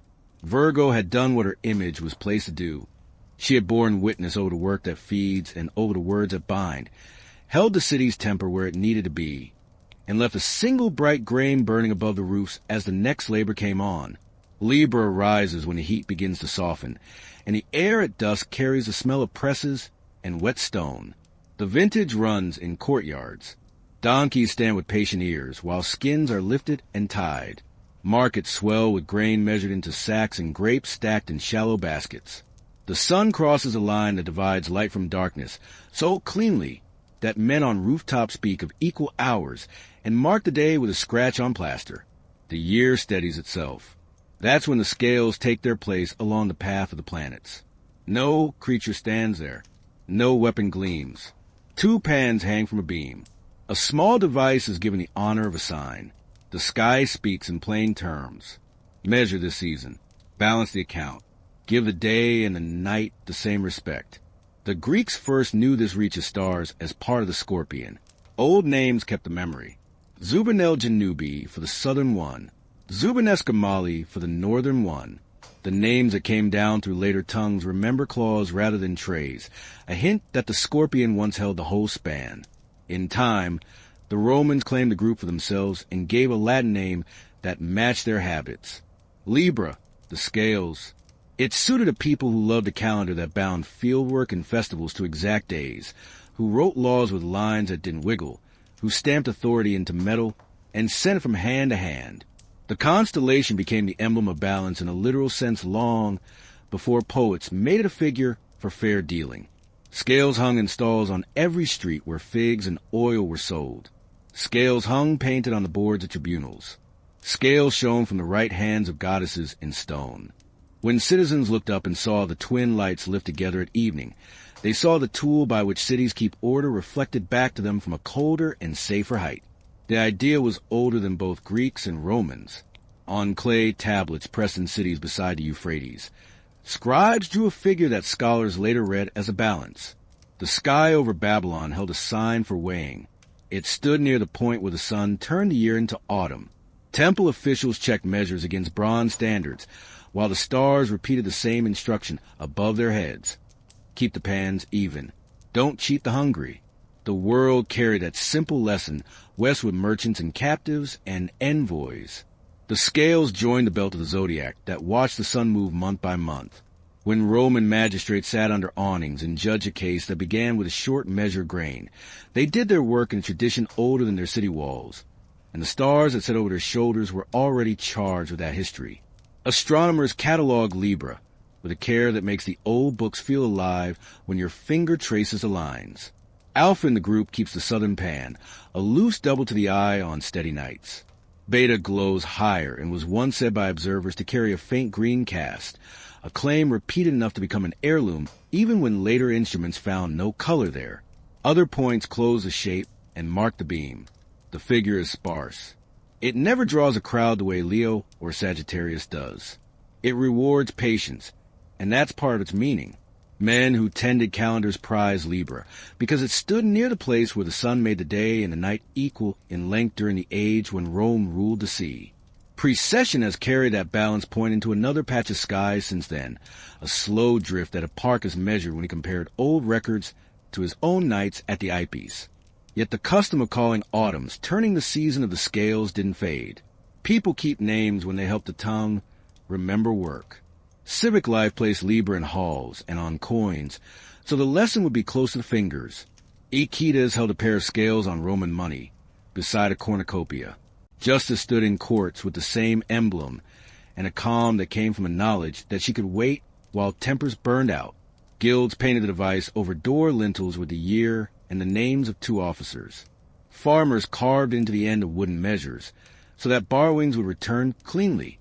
Children learned to set a small weight on one pan and grain on the other until the beam sat level. In that small game, a city taught itself how to keep faith. The sky reinforced the lesson without voice. Libra rose. Libra crossed the meridian. Libra fell west. Markets closed under its gaze and reopened the next day with fresh chalk marks on the board. Pilots who sailed between islands watched the scales for timing rather than direction. The bright points guided them less than other figures. Yet those points spoke when to make certain runs, and when to refuse a captain who pressed for a late crossing. The Etesian winds that ruled high summer eased. The breakers changed their note on stony coves. Libra's posture at dusk told a crew what the fishes had already begun to feel in their bones. A last run was safe this week. Another would be foolish. In that way, The constellation governed by restraint and by a practical kind of wisdom.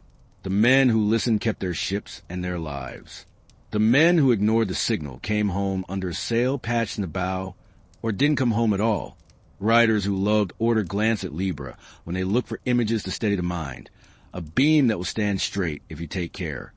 Two trays that punish greed without words, the line across the middle that refuses to tilt for a shouted plea. In the art of law-giving, this image proves stronger than speeches. Themis and Dike appear with scales because the device said their names in clear strokes a child could copy. When the city sponsored a festival to renew its promises after harvest, a herald carried a small bronze balance through procession and then set it on the steps of the temple. People laid coins on one side and loaves on the other until the beam steadied.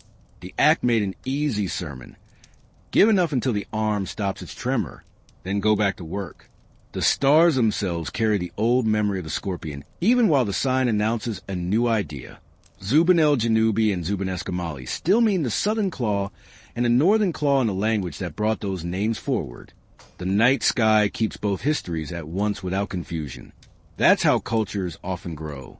A people inherits a figure as part of a larger beast. Another people redraws the lines and keeps the old names at the corners as labels for a past that remains real. The Greeks placed the scales between the maiden who withdrew and the scorpion that brings down the proud hunter. The sequence speaks quietly. First keep the measure, then remember the sting that waits for arrogance. Anyone who traced the Zodiac across the sky with a staff could feel those chapters turn. When the sun stepped into Libra, cities marked the date with actions that were small and useful. Weights were tested against standards in public. Official measures were rinsed and blessed with a pinch of salt. Debts were counted and rolled forward where mercy allowed.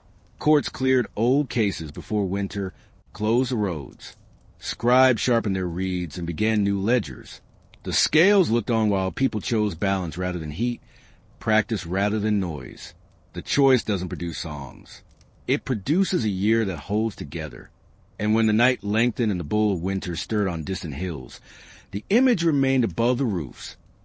Two quiet pans holding still in the wind, an instrument promoted to the sky, so that no one could say they forgot what fairness looks like. When Libra stands high at evening, the streets of a Mediterranean town take on a certain pace.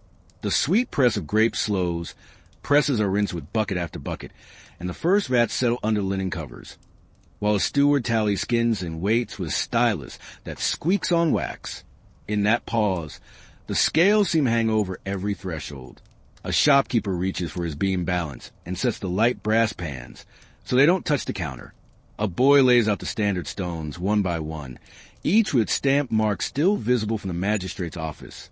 The first customer points to figs and barley. The arm dips and rises until the crossbar sits level. No one speaks. The beam becomes a small theater of trust. The act repeats from stall to stall and lane to lane. And above those lanes, two stars keep their slow watch, a reminder that fairness begins with simple motions performed in public. The constellation carries a little ornament, a pair of bright points, a few lesser lights close in the figure, a spare geometry that suits the duty assigned to it. Mariners who knew every boast of Orion and every flashing jewel of the twins spoke of Libra as a quiet tool. As the northern star of the pair broke free from the dusk haze, pilots would take note of the angle of the yard and estimate their window for coastal voyages before the weather changed. When the southern light slid down the rail toward morning, they observed a shift in the wind, making decisions that spared both timber and lives.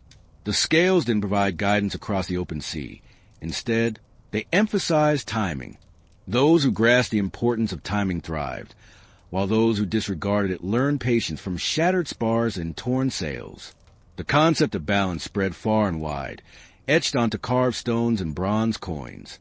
Aquitar was depicted on Roman denarii holding a set of scales and a cornucopia, symbolizing that law and provision go hand in hand in a well-governed state. In forums throughout Italy and its provinces, travelers could place their own small weight on a public balance and verify a merchant's measurement without fear of being insulted. Greek cities kept their weights and measures in colonnades, marking them with priestly names, making the responsibility clear. A figure, Themis or Dike, often presided in relief above these benches, her hands resting calmly, offering a steadiness that calmed tempers.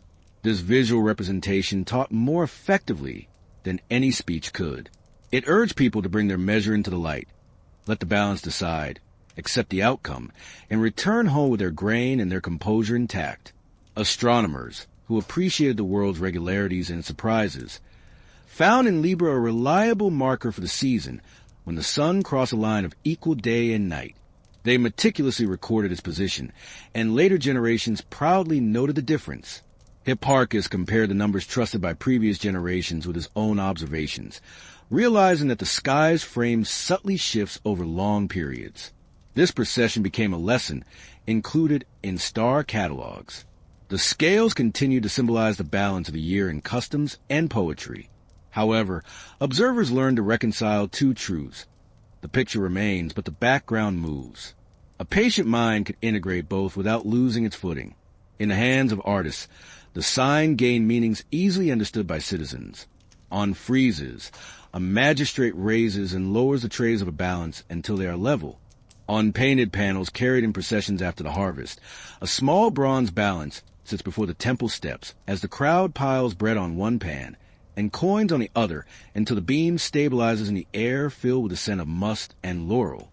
In private residences, the emblem appears above doorways where accounts are kept, with a father lifting a child to touch the carved beam, ensuring the lesson is ingrained before it is understood intellectually. The gesture becomes a habit, and the habit evolves into a custom that endures through difficult times and ambitious individuals. The ancient association with claws never completely disappeared. Names preserved it. Zubin Sharmali and Zubin el-Janubi persisted across languages and scripts, hinting at the scorpion's reach even as the textbook depiction became a separate instrument. This dual history resonated with people who understood that city walls are constructed from stones taken from older walls. A figure can be extracted and assigned a new role, but the memory of its previous function lingers in the language, a subtle echo that keeps the past within earshot. Storytellers in Portico Shade could point to the arc of autumn and recount both lineages in a single breath. First a creature that seizes, and then a device that weighs, a progression as clear as turning a page. Courts favored the sign when they sought to diffuse tense situations. On days when disputes over dowries, fields, and water rights filled the docket, an usher would place a small balance on the magistrate's table before the first case.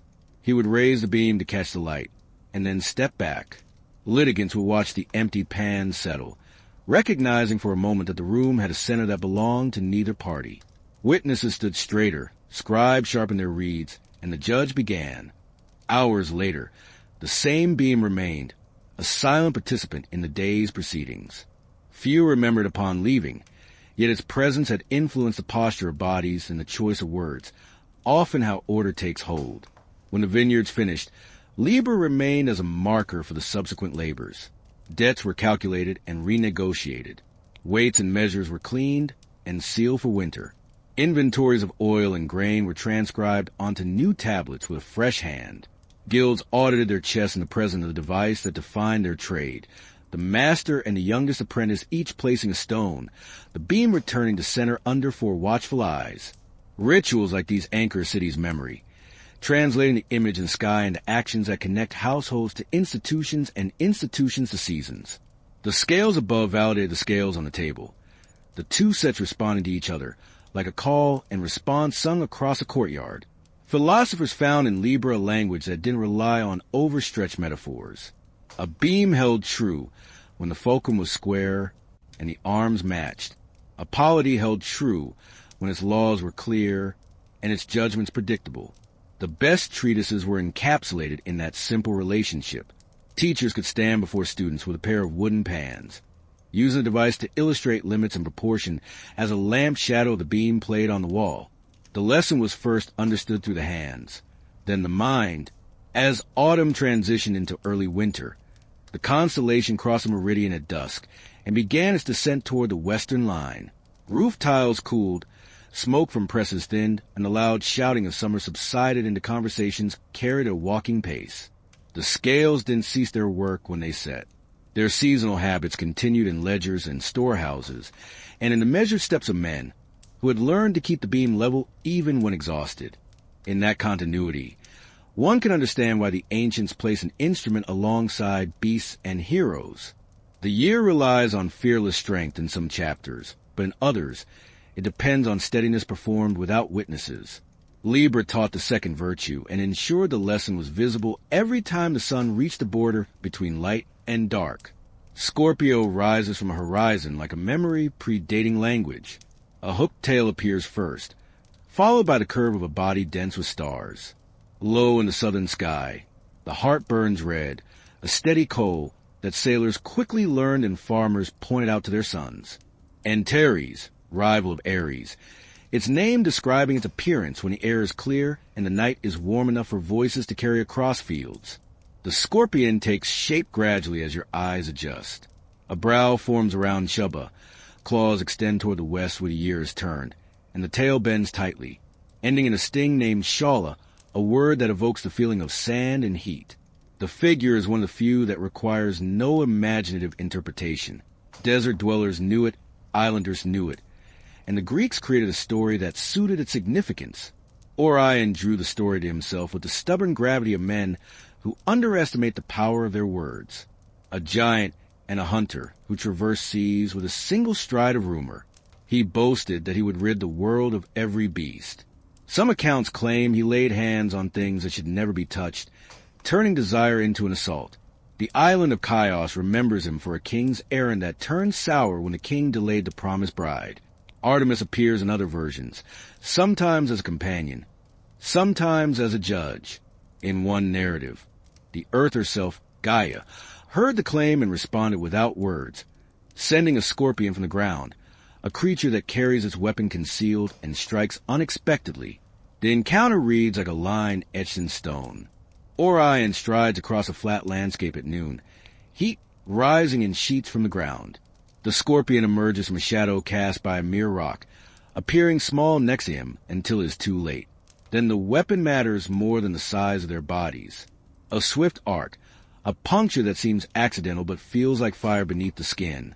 The giant turns and stomps, failing to find the creature that has already done its damage. The poison begins its slow work. In other versions, the creature drives him toward water, and he wades until he is submerged. Apollo's trick then comes into play, with a brother setting a test for his sister, asking her to shoot at a dark speck in the sea. The arrow finds its mark, and Orion sinks. However, the line is written, "The end keeps faith." With the same idea, a man who claimed the right to end all wild lives becomes an example that warns against hubris. The gods place their witnesses where no hand could ever move them again. Orion received a place among the winter stars, a belt of 3 lights drawing the eye, and the sword hanging beneath. Dogs run at his heels, and he raises a club into darkness that needs no club. Far across the river of the sky, the scorpion claims the months Orion cannot. One rises as the other flees. The old teachers pointed to that chase as if it could cool a fever. Watch the horizon at dusk in late summer. The scorpion rises. Orion is gone. Watch again before dawn in winter. Orion stands bright at the zenith. The scorpion has sunk. Their separation is a geometry warning. Pride draws its answer from the ground, and the answer waits patiently, striking when the time is right. Antares holds the center with a color that feels ancient even when you're young. Around it, the scorpion wears clusters like sparks shaken from a forge. The Ptolemy cluster M7 spills a pale dust south of the tail, and M6, the butterfly cluster, lies nearby, opening like a hand. The names came later, but the sight is older than names. On clear nights, a shepherd far from lamps could read the weather in those smudges and feel less alone. Pilots knew the line that runs from the heart to sting, using to judge bearings when coasts went dark. The figure guides a body. Whether you believe in constellations or only in craft, a curve here, a pause there. The road from Antares to Shala teaches memory through motion. It's enough to guide you home across water you've crossed 100 times and still respect. Ancient mouths kept both versions of the quarrel. The one where Gaia sends a scorpion because a man threatens the order of living things, and the one where Artemis remembers her office and summons a creature that can end what she will not forget. Apollo's arrow circles the pair like a gull that refuses to land. The point isn't which god carried the message, but that the ground answered, a low instrument, a quiet instrument, an instrument that doesn't need sound. Rural altars bore small scorpions in relief for that reason. A house in the back country understands the danger of hands that forget themselves. A mother taught a child a shape in the sky and imparted 2 sentences meant to last a lifetime. Do not boast against the world, and do not mistake speed for safety. Scorpio owns the deep parts of summer, where sleep grows light and dogs bark at nothing, and the countryside awaits a wind that will never come. In those hours, the red heart hangs over roofs, turning entire towns into listeners. Poets who valued meter in their lines appreciated the sign for the same reason magistrates like Libra. It explains, without embellishment, a body, a weapon, a jewel in which the smaller thing does not stray from its task. The counterstroke moves from ritual into habit through such images. Men who had grown careless with their strength stood in courtyards, tracing the crooked line of the tail with a finger against the sky, and felt their voices soften. Boys who counted the stars from a wall paused at the stinger, counting again to be sure. The constellation did its work simply by being itself. The calendar folded the lesson into action when the scorpion rode high. Harvest plans solidified into dates, and the heat drove cities toward evening courts. Roads emptied at noon and filled again at dusk. Vine leaves curled in the glare, and then unfurled when the dark brought breath back to the hills. The sign offered no omen for individual fates, but spoke to the whole. Seek shade during the hottest hours.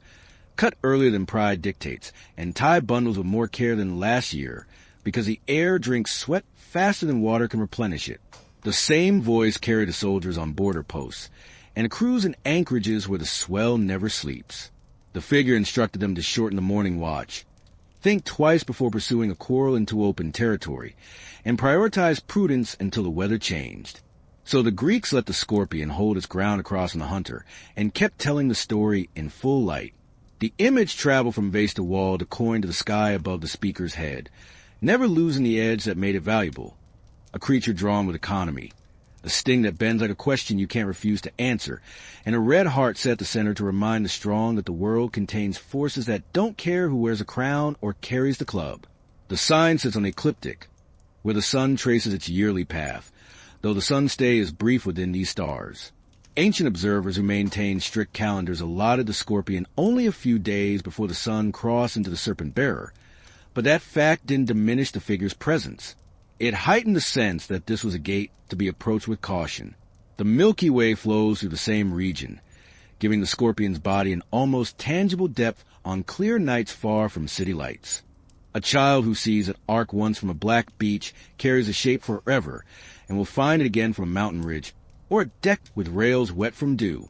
Scholars of star names appreciated Scorpio for preserving traces of older languages. The Greeks spoke of Scorpios and wrote it in the list of the Zodiac. Romans used Scorpius and incorporated the same figure into their mosaics, with tesserae, the color of wine and honey. Traders traveling west carried Arabic names for the tail and brow that would endure even as alphabets changed. The habit of inheritance suited the figure, a creature that endures in dry ground and heat, leaving the same impression on minds that travel. Greek and Roman artists carved scorpions on small stones used as seals or amulets. Soldiers wore them on rings struck in iron, and householders placed them on oil lamps, so that the last light seen before sleep belonged to a shape that warned against careless hands and rash vows. Astrology in the Hellenistic schools associated Mars with Scorpio, teaching that the sign carried power through fixed intensity. Philosophers who prioritized conduct over fate borrowed the image without the rules, invoking the scorpion to explain a kind of discipline that waits for the opportune moment and expends its force in a single, precise action. The same lesson appears in small, practical customs. Reapers working under Antares kept a tighter line when binding sheaves, because the air drank sweat faster than wells could quench thirst. Captains shifted watches, so the midday sun found fewer men on deck, and those men had water close at hand. Garrison commanders on boarders shortened patrol circuits and doubled the guard at the gate, a concession to the heat that preserved both horses and tempers. Antares possesses the authority of a clock hand. It's a lyrical rising, when the star first reappears in the dawn after being obscured by the sun's glare, signaled to entire communities that the worst of the heat was imminent. Wine presses were inspected and repaired, and roofs were patched before 2 months of weather-tested joints and clay. Jars were counted and chalk-marked because miscounting after harvest cost less than miscounting before. That same pinprick of red taught sailors prudence on late-season voyages across long stretches of sea. An embarkation that made sense in the weeks of Gemini could sink a hull in the weeks of Scorpio. Good practice lies in that kind of distinction, and the sky repeats the instruction until it becomes second nature. Artists never tired of fitting the scorpion into useful places. It crawls around the rims of craters that once held water wine, and it decorates the base of sundials where a small gnome casts a thin blade of shadow across the hours. It crouches on thresholds of mosaic, a sign that tells visitors to watch their tongues and residents to mind their own. The body wears no crown. The figure requires no spear. A curved weapon raised behind a patient creature offers enough narrative for a household. It says, "Slow your stride as you enter, and measure your strength as you speak." That same sense follows the constellation throughout the year. The red heart climbs, the tail bends, and the lesson arrives without need of a priest. So the Greeks kept Scorpio in its place across from the winter hunter and let Antares burn above their courts, their fields, and their harbors until the season changed. When the first hints of cool entered the air and the cicadas quieted their chorus, the stinger drew down toward the sea line. Vines relinquished their last sweetness. Roads filled with carts, and the sky moved onto the sign that draws a bow. The scorpion left behind an afterimage in the eyes of anyone who had watched it night after night. A curve, a coal, a rule about claims and their limits written where no hand could erase it. Sagittarius rises along the low southern line, when the heat has settled into the stones, and the Milky Way spills across the sky, like a pale road. The eye first finds a bow, then an arm drawing the string, then a body that appears half man and half swift creature planted in darkness with the poise of someone who knows where the arrow will land before the release. The arrow points toward the red lamp in the scorpion's breast, the whole scene reading as a single sentence written in light. An archer stands on the bank of the Star River and holds a thread at bay. Storytellers gave the archer a name and a home among living hills. They spoke of Crotus, a hunter who grew up on Mount Helicon under the care of Euphemy, the nurse of the Muses, and who learned his woodcraft with the quickness of a boy who never feared weather. He kept the slopes quiet while the daughters of memory sang. He judged the stir and brush before he saw it, and he invented a way to mark the light that rooms now take for granted. Hands brought together sharply so the air answers back. The Muses called it praise. Crotus called it thanks. When he ran with the hounds, he loosed arrows that struck where thought had told him to go. When he sat at the edge of the spring below the mountain and listened to hymns, he kept an eye on the tree line, counting how many heartbeats it would take to stand, knock, draw, and change the mind of any shape that wandered too close. The Muses asked Zeus to honor a guardian who understood song and danger in the same breath. The god answered by fixing Crotus in the sky with a bow forever drawn, depicted with hooves or shaggy legs to show speed, a detail sometimes sketched with rustic flourish that recalls his woodland origins. Other accounts told of Chiron, the patient teacher of heroes, letting his virtues bleed into the archer's outline even as his own constellation stands farther south. They remembered a wound that never healed, a poisoned arrow loosed by Heracles that taught a lesson deeper than any he conveyed through words, and the strange bargain that followed when immortal chose to yield his endless days so Prometheus could be freed. Wisdom, skill, and a justice learned through pain are difficult qualities to contain within a single figure. Observers who preferred clear meanings allowed the archer of the Zodiac to embody that character. An arrow drawn against the dark can serve as a symbol for the kind of knowledge that acts without noise. The Greeks interpreted the archer's posture in relation to the creature behind him, finding solace in the geometry. The line from the knock through the shaft points toward Antares, a reminder that courage sometimes resides in the silent moment before release. Ancient star writers traced the bow with names that sailed into later ages. Arcus Borealis at the upper limb, Arcus Media across the bend, and Arcus Australis along the lower stave. The arrowhead glints at Alnasul, the arrow, and the hand finds its grip by Neshaba, a bright marker whose sound descended through traders' routes. Acela sits at the arm like a small shoulder flash. Priest astronomers copied these points into lists and then compared the list to the sky until the pattern was firmly etched in memory. Pilots in warm harbors needed the bow more than the body, as the arc itself became a guide, a curve against the sea to maintain bearings while sailing along summer coasts. The archer stands where the Star River is thickest. On clear nights, a shepherd reclining on warm ground near a field wall can see darkness gouge with brightness there, small patches like breath on glass, set among countless sparks. Those who observed for extended periods said the sky appeared deepest in that region, maintaining an old reverence for the place. The ecliptic also runs through that region, with planets slowly stepping past the archer's arm, evening after evening, like travelers requesting passage across a guarded bridge.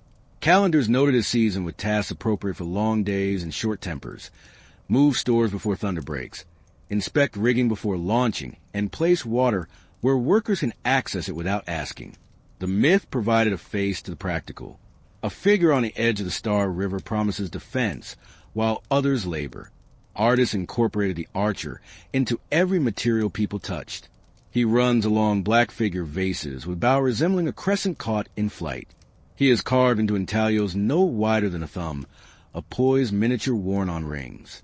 He strides a mosaic across the floors of bathhouses, the tiles forming muscles and a taut string and lines even a child could trace with a damp finger. In all these rooms, the same lesson awaits. Preparation resides in small motions. A hand cups the knock, a second hand draws, and eyes fix on the target, refusing to wander. The arrow doesn't tremble because the arm is practiced too often to allow it to shake. When, as the sun dips below the horizon, the archer emerges over the eastern rooftops. It's that tranquil time of high summer when the crickets orchestrate their nightly symphony, and the town settles into a peaceful hush. Men, leaning against parapets, silently count the prominent lights. Women on upper balconies hang freshly laundered clothes and gaze southward.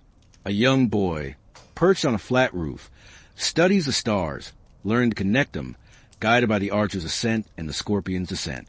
This exercise cultivates patience within him, extending his focus a little more each week.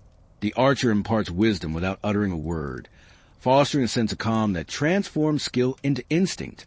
The Greeks, who cherish both stories and order, place the archer there as an enduring invitation, open to anyone willing to wait until bow becomes fully visible. Finally, the arrow points with unwavering certainty into the darkness.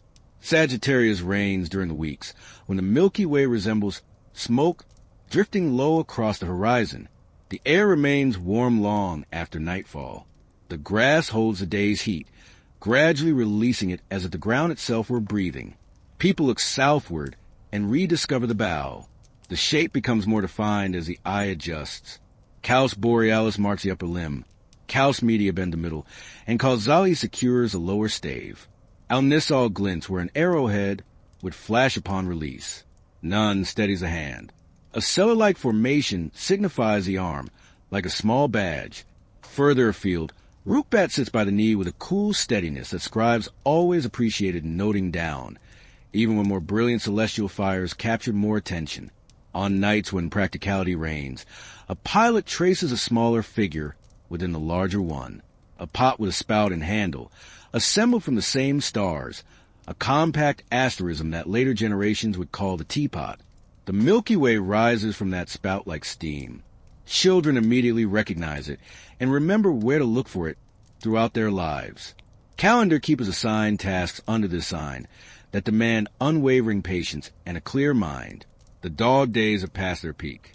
Thunder still threatens the hills at sunset. Roads are covered in dust that tastes of lime and crushed grass. Storehouses require inspection before carts begin their earnest journeys. Rope must be mended and coiled within easy reach. Water must be placed where men can easily access it without breaking stride. The bow in the south becomes a guiding principle for the mind. Prepare before initiating movement. Maintain a steady draw without wavering. Choose the precise moment that alters outcomes. The myth attributes this principle to a guardian who understands both music and risk in the same breath. Croy kept the Helican quiet, so songs could be heard clearly. He listened attentively while observing the treant. He developed a pure way to offer praise. Hands clapped together, creating a response in the air. The Muses requested Zeus to preserve such a listener in the world forever. The answer materializes each summer along the Star River, with the string drawn and the arrow poised. Scholars who favor precise attributions pointed to Krauss when seeking a man at the heart of the constellation. Others felt Chiron's influence and allowed it to shape the character of the figure. Even while keeping his own constellation separate, Chiron taught heroes to ride, to hunt, to tend wounds, and draw a bow deliberately. He bore an incurable wound and traded immortality to end his suffering. Wisdom that acknowledges cost belongs everywhere. Courage is expected to endure. The archer above the southern roofs embodies that weight. Artists understood this and depicted the body holding the bow with a human chest and a beast's power. Some gave him hooves, others a long goat tail, a hybrid symbolizing the union of speed and judgment.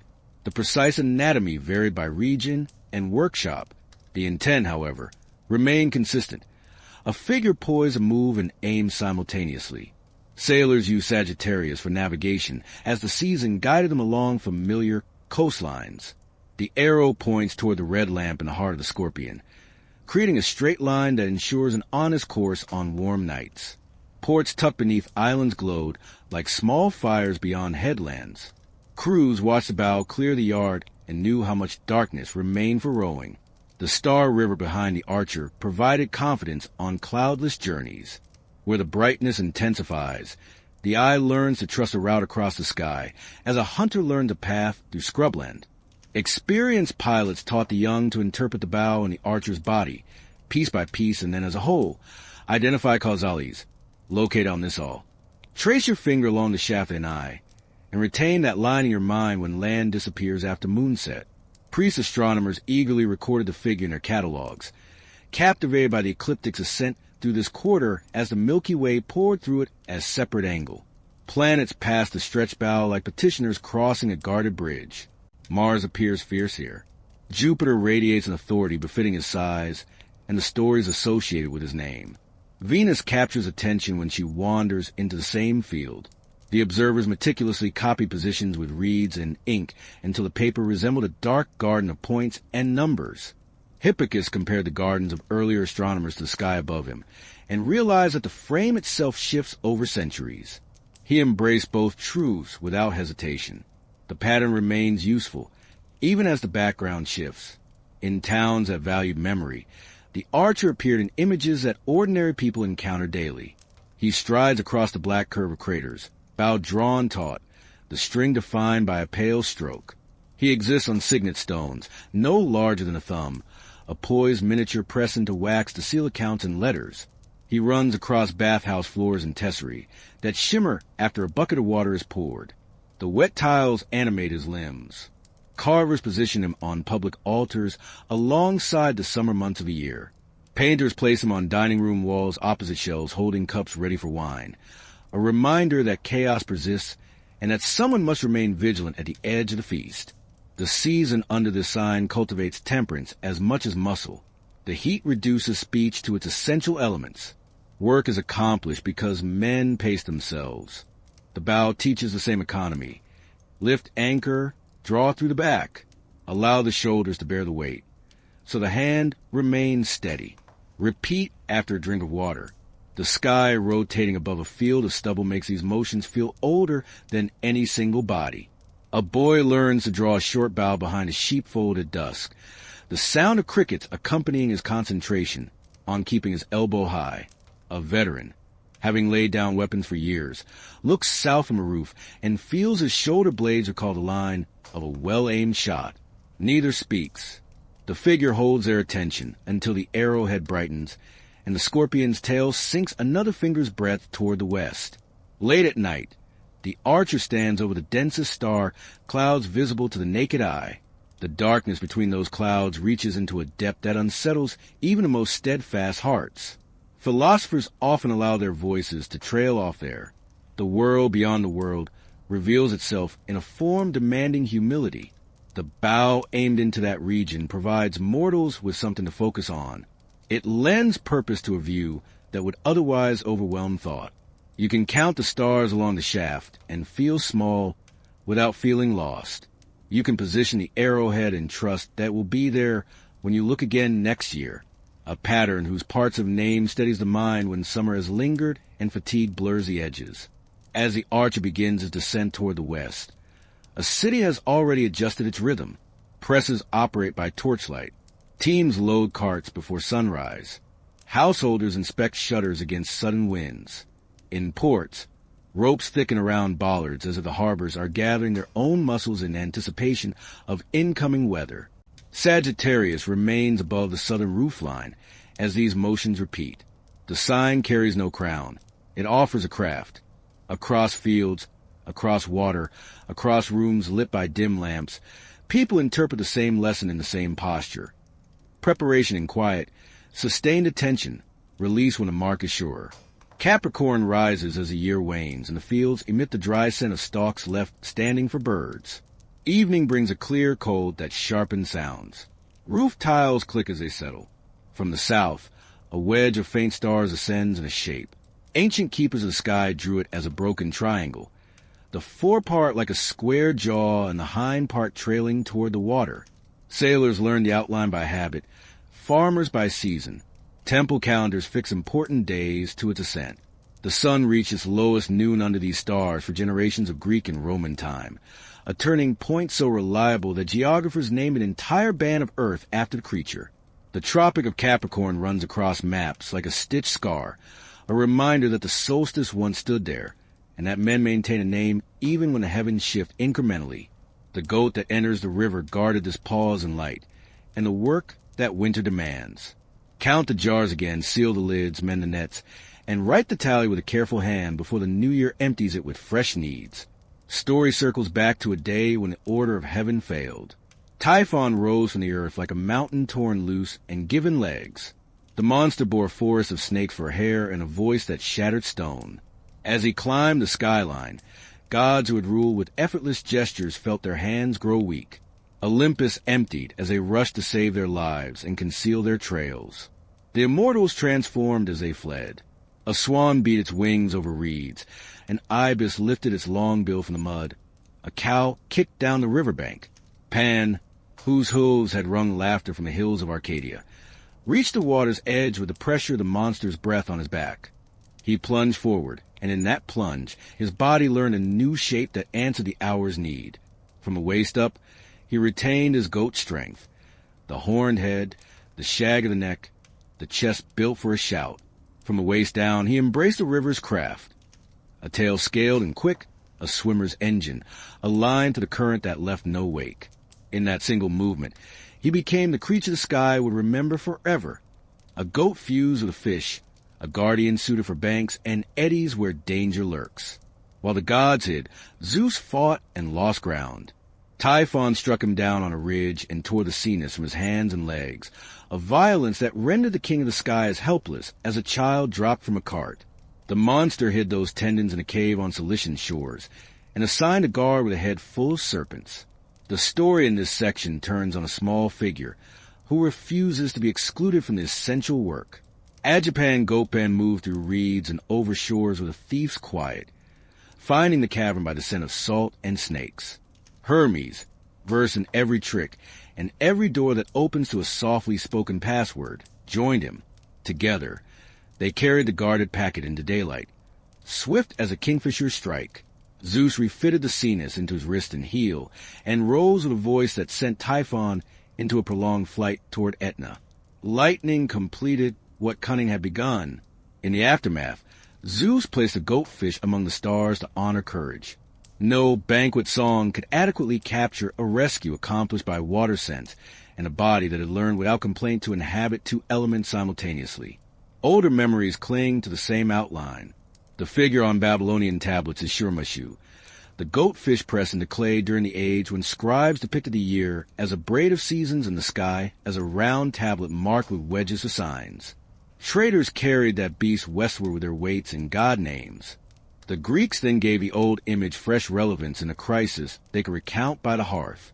The Romans subsequently allowed the sea-goat to maintain its position at the hinge of winter, populating the month with rites to Saturn, god of sowing and stored grain, green boughs in the forum, and open hands at the tables of the poor, in houses decorated with ivy.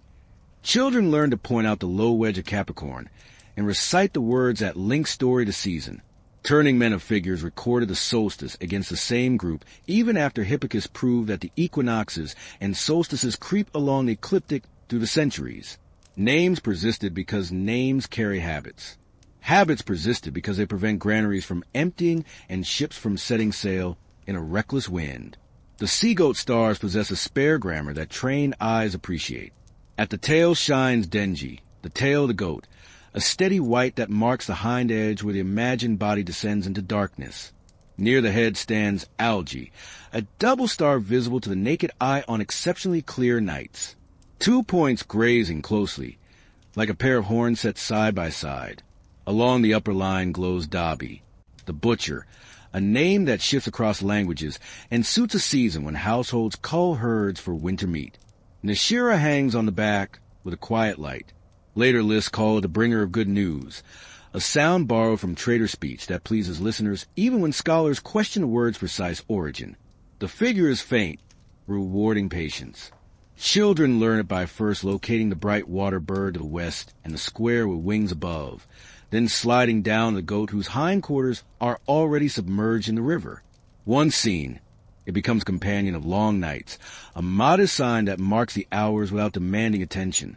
Another thread connects a goat to a story of care given in secret. When Zeus was a hidden infant on Crete, a goat named Amalthea fed him with her milk, while the Curetes beat their shields to drown out his cries. One day, he playfully grabbed her horn and broke it. The gods charmed the broken horn, transforming it into the cornucopia, a horn that endlessly pours grain, apples, and wine. Greek images place that horn in many hands, Tiki in cities, Daida in fields.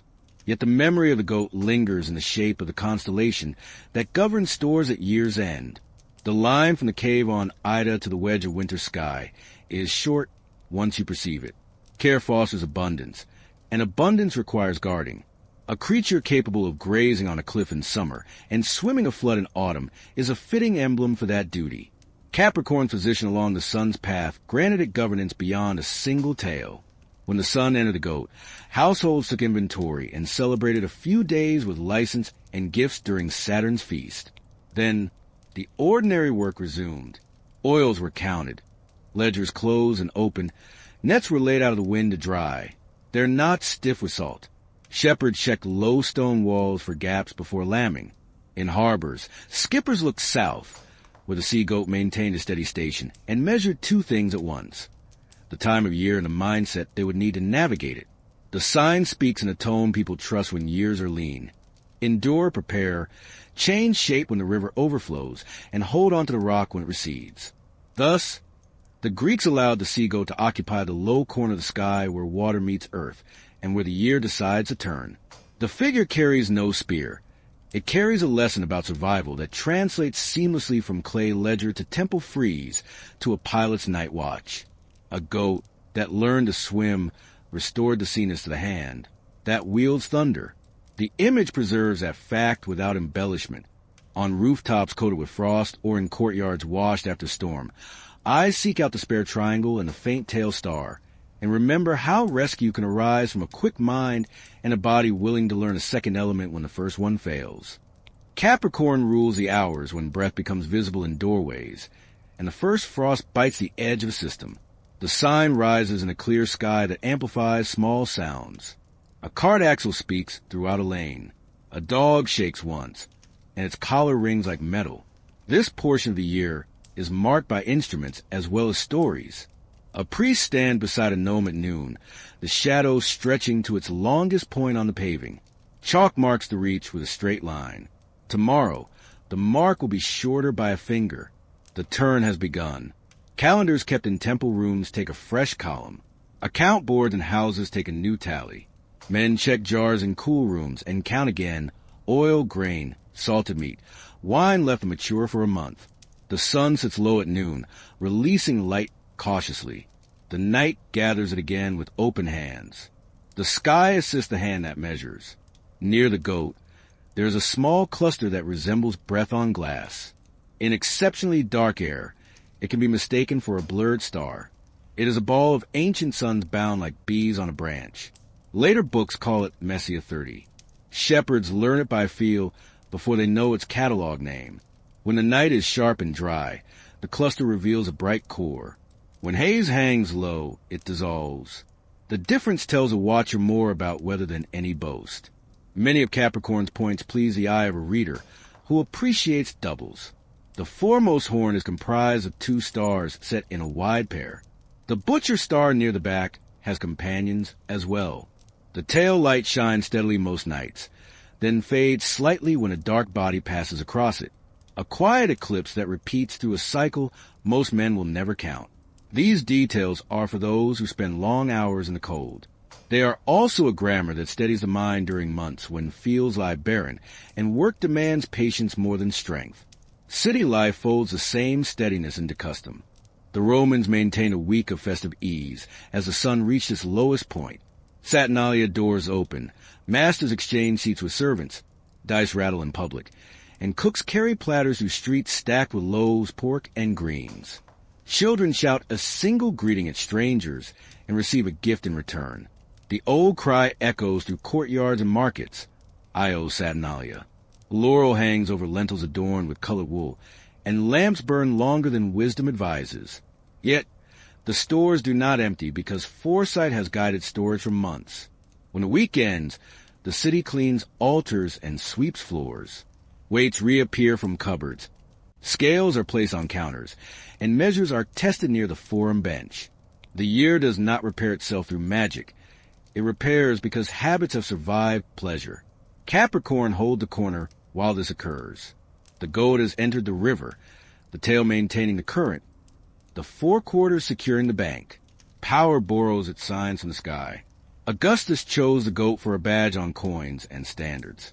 His astrologers examined charts and found the creature rising at a pivotal moment in his creation.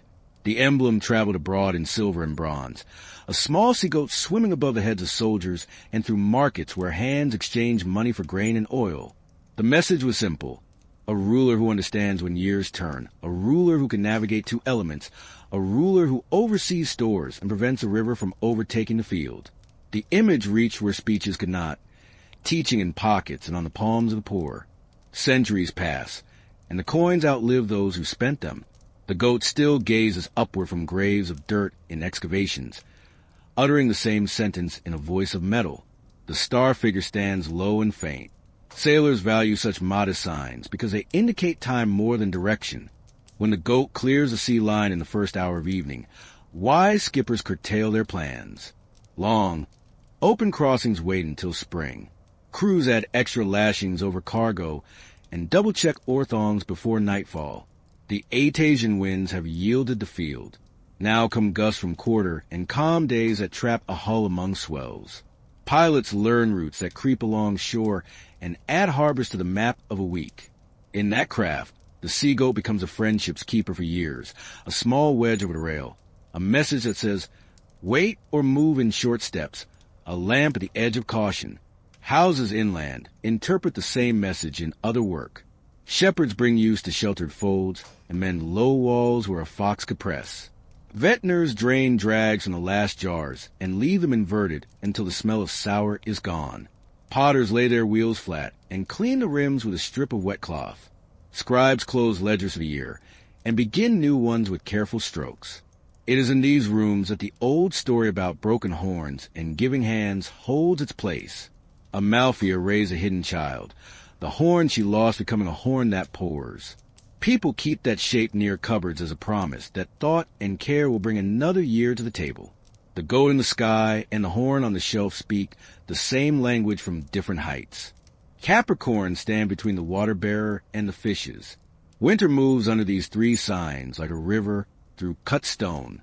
The goat enters the stream first because he knows the bank and knows the current.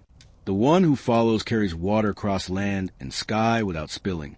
The last swims below the surface with a cord that keeps 2 lives together. The order matters. First the turn, then the carrying, then the crossing. Greek eyes learned those chapters, as children learn the turns of a well-worn path near home. The sky was an atlas and a manual. It was also a memory palace. Hands that had pressed the solstice shadow into chalk returned to the same roof at dawn weeks later and saw the next figure rising with a jar at his knee. Philosophers readily found lessons under the sea goat, preferring clear rules tested against ordinary life. The figure offered several. Change shape when necessary to preserve what matters. Rescue can be quiet and still earn its place of honor. Storage is a virtue when it keeps hunger from the house, and strength survives winter when it accepts limits. In porticos lined with cold columns, teachers presented such points on. Students could then use tablets, breathe in steam, and contemplate. The heavens seemed to approve. There was no thunder, no bad omen, just a sliver of stars peeking out, and a night that called for more perseverance than words. As the days gradually get longer, you can sense the grip of winter loosening. Frost only lingers in the shadows. Air begins to circulate through the streets once more. Dogs nap in the sun against east-facing walls. As night falls, Capricorns slowly fade in the west, solidifying the thought that has dominated the month. The turning point has been reached. The stores have endured. The river remains within its banks. The next phase awaits, ready with a vessel. The year is a skill learned in segments. Capricorn handles one of the most challenging parts and lends it dignity. A small group of stars accomplishes this in a sky brimming with brighter lights. And that's enough. Aquarius begins on a hillside of Mount Ida, where the grass remains soft even in the late summer. Here, a boy patiently watches over sheep, possessing the kind of patience that suggests he hears more than he speaks. The boy is Ganymede, the son of Tro, the founder of Troy, a child whose beauty spreads throughout the land like a rumor that only grows stronger with distance. He strolls barefoot along the ridge, carrying a staff that he cut that morning from a young ash tree. Dogs try at his heels, stopping when he stops, as if they understand that their master can read the wind by listening to the flight of a bee. The sky is a blue that seems to promise mercy. He looks up with the innocent gaze of someone who hasn't yet learned that the gods prefer surprise. Zeus sees him from a height that makes kingdoms look like mere coins. Desire does what it always does in these stories. It instantly rewrites the rules and expects the world to adapt. The king of the sky chooses a form that won't frighten a shepherd until it's too late. He transforms into an eagle that can dive silently. The hawks over Ida recognize his bird and make way when its shadow crosses a slope. The air smells of thyme and sheep. Ganymede squints into the sun because the light seems to fold inward and then darken, as if a cloud had appeared without warning. Wing sees the boy from the ground, lifting him with a grip under his arms that doesn't let go. His staff and sandals fall into grass. The dogs rear up and bark, then appear smaller as the world falls away beneath him. The flight is like a long thought spoken slowly. The boy doesn't cry out. He stares at the feathers as if his mind can grasp the pain by counting the small things that carry it. Fields transform into a patchwork. Rivers become threads. The sea rises like a metal sheet held at an angle. Ganymede experiences what every mortal feels when the distance between earth and sky changes with a speed that makes his stomach clash with his head. Fear and alternate in the space behind his ribs. He has time to notice the strength in the bird's neck and the steady beat of its wings. He has time to understand that he has left the world he knows with no way back. Olympus welcomes him without gates or guards. The mountain is a place where weather awaits instruction. Columns gleam as if freshly washed by rain. Marble floors absorb sunlight and reflect it as a gentle glow underfoot. The gods look up from their cups when the eagle enters a hall filled with the scent of resin and crushed mint. The bird sets the boy down, and the boy sways once and then stands. Zeus stands before him with eyes that carry the same threat and promise as a storm choosing a valley. Hermes appears as he always does when the atmosphere shifts and situations call for a messenger who knows which words to hold back and which to speak. Hera watches from her seat with a stillness that suggests she understands what has been taken and disapproves of the manner in which it was taken. Ganymede learns what it means to serve immortals. He is given a basin of water that smells of laurel. He washes the hands of gods who never age. He carries a jug of nectar that gleams like the inside of a shell. He pours with such calm emotion that even Ares lowers his voice when the boy passes.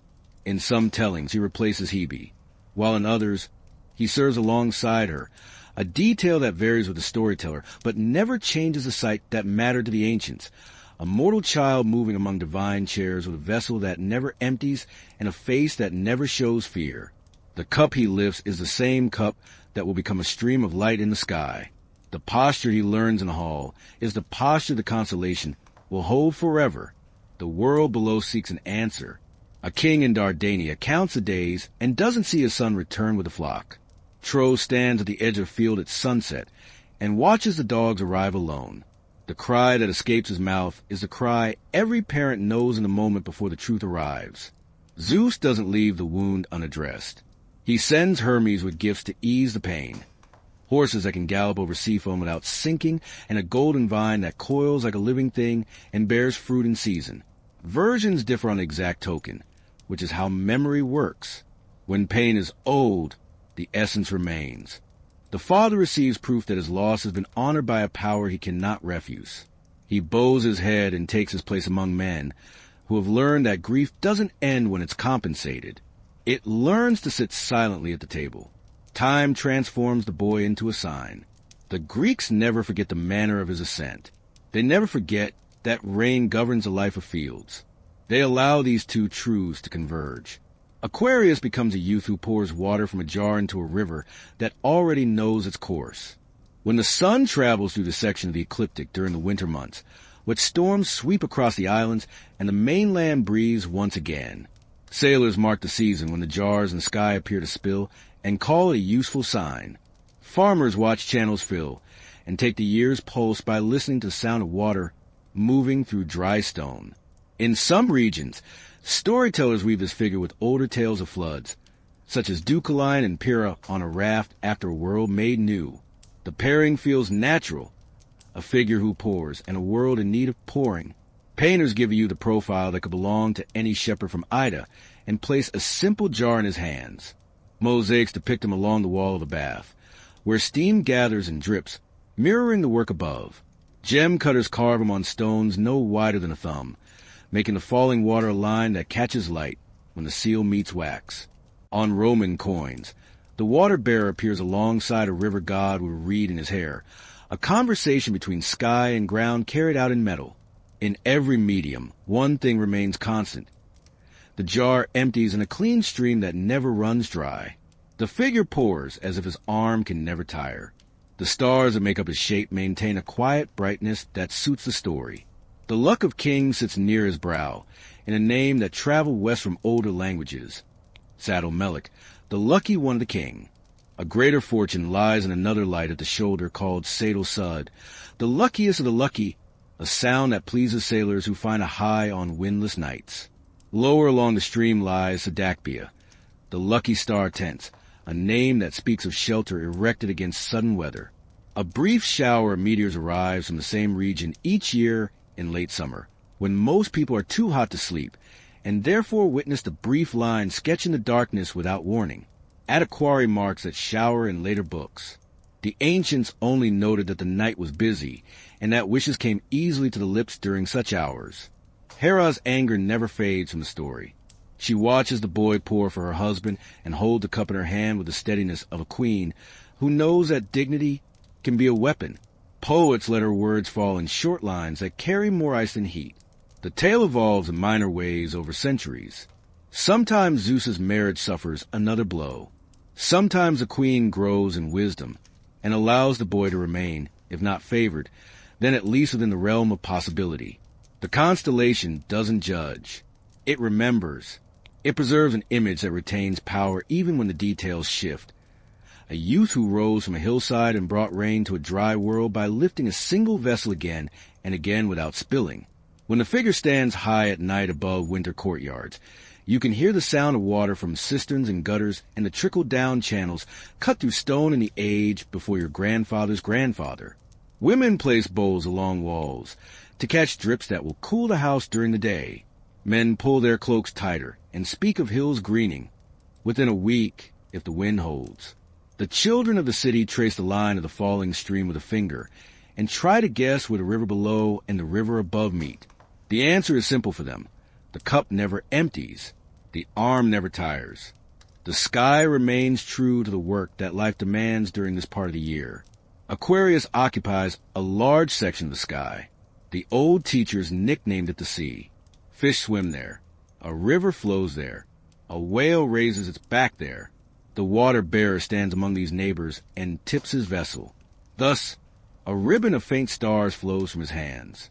The stream descends toward the southern fish, where a single white fire waits like an open mouth. Fomalhaut shines there with the authority of a first-magnitude star and gathers the falling water, as if the heavens had arranged a meeting between a cup and a thirst. Children learn the trick once and remember for life. Find the jar, follow the zigzag that spills from it, and let your finger drift until it touches the solitary bright star that sailors use to steady their course over warm seas. A picture becomes a path, and the path teaches about the sky. The jar itself forms a small pattern within the larger figure, for stars mark its rim and throat in a shape that resembles a fork held upright. Gamma, Zeta, and Picri mark the points. Ancient lists give one of them a name that leaves no doubt about its purpose: Hader, water. From that small cup, the flow begins, a chain of dim lights that requires patience. The bearer's leg has a clearer marker. Delta Aquarii gleams with a name that sounds like bone and gate. Scatleg, a star you can rely on when haze obscures the fainter stream, and you need to find your place again. Farther along the figure, the eye finds other steady lamps that watch over the shoulder and back. Each has been given luck names that came west with traders from an older world. Those names are household charms whispered aloud as families move across flat roofs to sleep in the cool air while winter rain taps on the channels below. This sign reached Greece already ancient, found on tablets pressed near the lower courses of the Euphrates. A great figure stands with jar and pours water that becomes the rivers of a country. The scribes called him the Great One. In their language, he was Ear, Lord of Wisdom and the Deep. The water wasn't merely an ornament. It was law. It arrived in season and made cities possible. The image traveled with weights, wine, and tall tales. It encountered new mountains by a different sea. The jar remained a jar. The stream remained a stream. Greek tongues changed the divine name and gave the bearer a history that suited a shepherd kingdom and a high court on Olympus. The older memory still shows through like a sketch beneath paint. A man holds a vessel, and the world receives what it needs. Mediterranean weather gave the figure a second authority. When the sun passed through these stars, rain crossed islands and peninsulas from the west, sometimes heavy storms, sometimes gentle soakings. Farmers opened sluices cut in dry stone and watched channels awaken with a sound the heart never forgets. Cisterns filled. Caves breathed damp air. Olive roots drank until the trunks held a coolness that would last through spring. The season had signs on the ground to match the signs above. Broad gutters along roofs began to speak in unison in the dark. Steps grew slick. Markets closed a little earlier because would smoke poorly in blowing rain. Priests climbed to their shrines and poured water in thin lines across altar corners to seal the New Year's luck. The sky poured. The hand poured. The gesture-linked temple, field, and chart. Astronomers who lived for details recorded Aquarius with affection because it demanded effort. No blaze immediately draws you in. The figure rewards a trained eye. They wrote that the constellation belongs to the larger set first written down by Tommy. With the pride that scholars still feel when lists survive wars and bad kings, they mapped the crooked thread of the stream. They set down the jar stars in the correct order, so that a boy on a roof could fit the pattern without dispute. They noticed that a distant cluster sits inside the lines like a puff of breath on a window. On fine nights, it's a grainy pearl. On dull nights, it disappears. They learned to anticipate swift visitors from this direction. In the heat of late July, long before midnight, faint streaks begin to arrive from the area near the water-bearer's leg and jar. The southern delta Aquariids send those lines. Old men who never learned about the parent comet still taught children to watch from dark beaches, where the sea creates its own steady music. Artists place a youth with his vessel in rooms that always needed water. Bathhouses set him a mosaic where steam collects. He strides along a wall with a jar that never empties. While attendants carry real ewers past his tile feet, houses decorated with winter greens place him over basins in courtyards. The painted stream looks as if it could fall into the real pool that collects rain from the roof. On coins, he stands beside river gods with reeds in their hair, their hands outstretched to receive the sky's gift. Parchment calendars copy him into the months when jars are checked for cracks, and springs run loudly in gullies that were dust in high summer. A city understands itself through such images, and maintains customs that reach the stomach before they reach the air. Draw water early. Share with a neighbor whose cistern sits low. Carry a cup up the stairs to the old man who can't manage the slope in the rain. Sailors borrowed the sign for timing. The carriers of cargo knew the weeks when the west would send long bands of cloud and the sea churned into short, steep waves that break oars and patience. They watched the jar rise above the eastern line after dusk and counted the nights until the season's first strong gale. They shifted voyages from open water to coastal routes. They tightened lashings and accepted the smaller profits that come with caution. A helmsman who had lost friends didn't need omens to tell him what weather does during these months. He wanted a picture that answered the ache in his stomach with a rule he could follow. The jar pouring into the fish gave him that rule whenever the watch called out the figure's rise. The myth tied to the figure never hardened into a single lesson, which is why it maintains authority. It told of a boy taken up and given a vessel that never runs dry. It told of rain that arrives when the land grows quiet under bare vines. It told of a father who receives gifts he hadn't asked for and learns to live with a new kind of memory. The sky held all of that without anxiety. In one version, the stream that falls from the jar saves a parched field. In another, it becomes a very flood a city fears when river walls fail. Human beings recognized both faces and adjusted their behavior. A mason set his course by it when he widened the channel before the storm season. A magistrate set policy by it when he ordered grain moved inland from a low warehouse before the winter's first strong tides. The water-bearer doesn't speak in riddles. He pours. The world learns to receive and to plan. When Aquarius climbs a meridian on a clear night in the heart of winter, the towns below offer small signs that the figure has done its work. Laundry hung at midday dries by lamplight because the air holds chill and damp. Hearts burn lower, so smoke won't hang heavy under roof beams. In the dark, a child counts the bright stars at the rim of the jar and traces the crooked stream as far as small eyes can see. The mother finishes a cup and listens to water moving in a runnel behind the house. The father checks a roof pot along the parapet and tips it so the basin won't overflow. Above them, the youth continues his motion with the patience that only the sky can manage.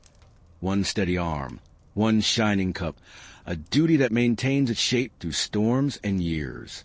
Pisces begins on a shoreline that feels older than maps. The air carries the scent of reeds and cold stone. A wide river flows past with a hush that swallows footsteps, leaving only the beat of a heart for company. Typhon has emerged from the earth, and the world has learned his size. Hills shake, temples crumble, forests bow without wind. The gods take flight in shapes that will confuse a hunter who tracks by scent and sound. Aphrodite reaches the bank with a child on her hip and a look that weighs choices in a breath. Eros clings with one arm around her neck, and the other press a quiver that seems far too large for a small body. Behind them, the ground breathes as if a lung lies beneath it. Ahead, the river offers escape and a risk that matches the danger on land. She kneels at the water's edge and pulls a length of cord from her girdle. It's simple stuff, twisted fibers that a fisherman would consider good enough. She ties one end around the child's wrist and the other around her own. The knot is plain and strong. It carries the thought that matters most when the world goes into fast motion. We will not lose each other. She takes a breath and steps forward. The river closes over her calves, her hips, her shoulders. A change moves through her body with the direct force of a survival instinct. Flesh becomes water. Legs soften into a line that can flex.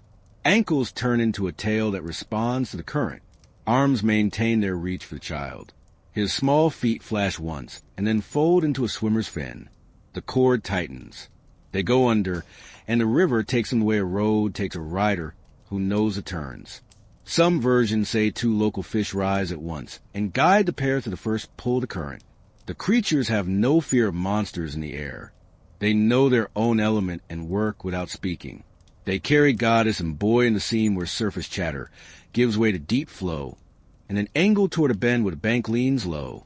The first gulp of air after holding one's breath for so long tastes of clay and willow bark. Eros coughs. Aphrodite gathers him against her shoulder and feels the cord tug with the pressure of the water still running off their bodies. When she looks back at the channel, she sees tails cutting upstream, a final act to help before the fish vanish into the gloom. Gratitude doesn't require words. She fixes the image of the rescue with the intensity of someone who repays debts, then runs on with the child held close and the line still binding them. When the roads are safe again and the noise of Typhon lives only where the earth remembers injuries, the sky receives a gift from that night.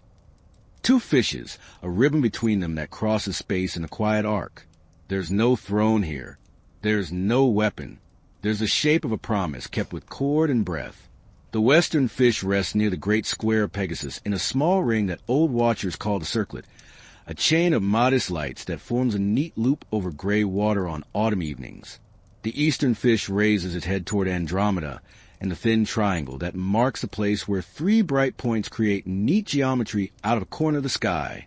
Between them runs a band that binds them. At its center, a single star keeps the memory of the knot.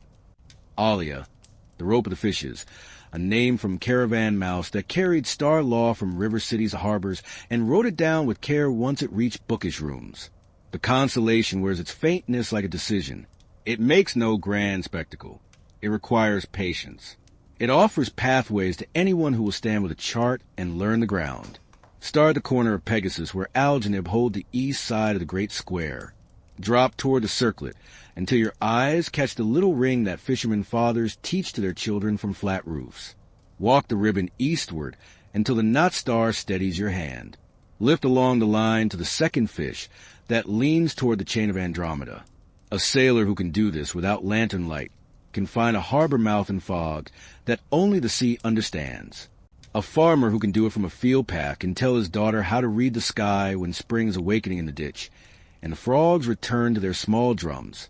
Ancient memory threads other names through these stars.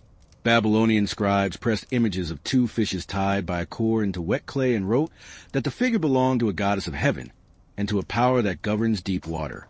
The great swallow flew in the same region in those first atlases of the night.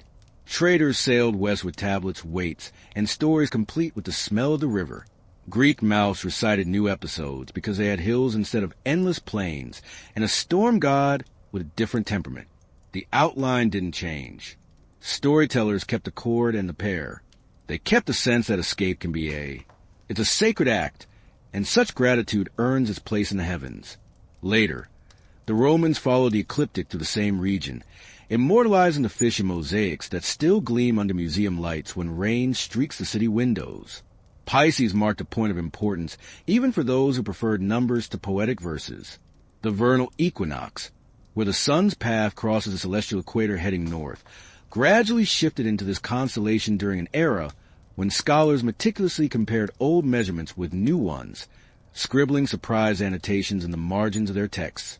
The initial point of Aries remained a symbolic name long after the actual point had drifted westward, crossing the boundary into Pisces.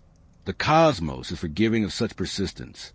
Sailors, priests, and calendar keepers quietly adapted their practices. The equinox occurred under the sign of Pisces. Spring commenced when the sun reached this invisible intersection.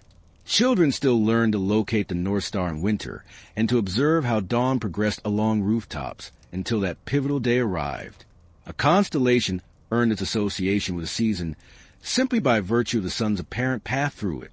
Stargazers assigned Pisces details that rewarded prolonged observation. Beta Piscium is located at the mouth of the fish, its very name indicating this. From Alsamaka, meaning mouth of the fish. Alpha Piscium bears a title that has journeyed across centuries, like a coin passed from one hand to another, referred to as Alresca by some and Kalatnunu by others, a word that evokes buckets, cords, and the tools used for drawing water. Between these celestial markers and many fainter ones lies a galaxy that a discerning eye can distinguish under clear mountain skies.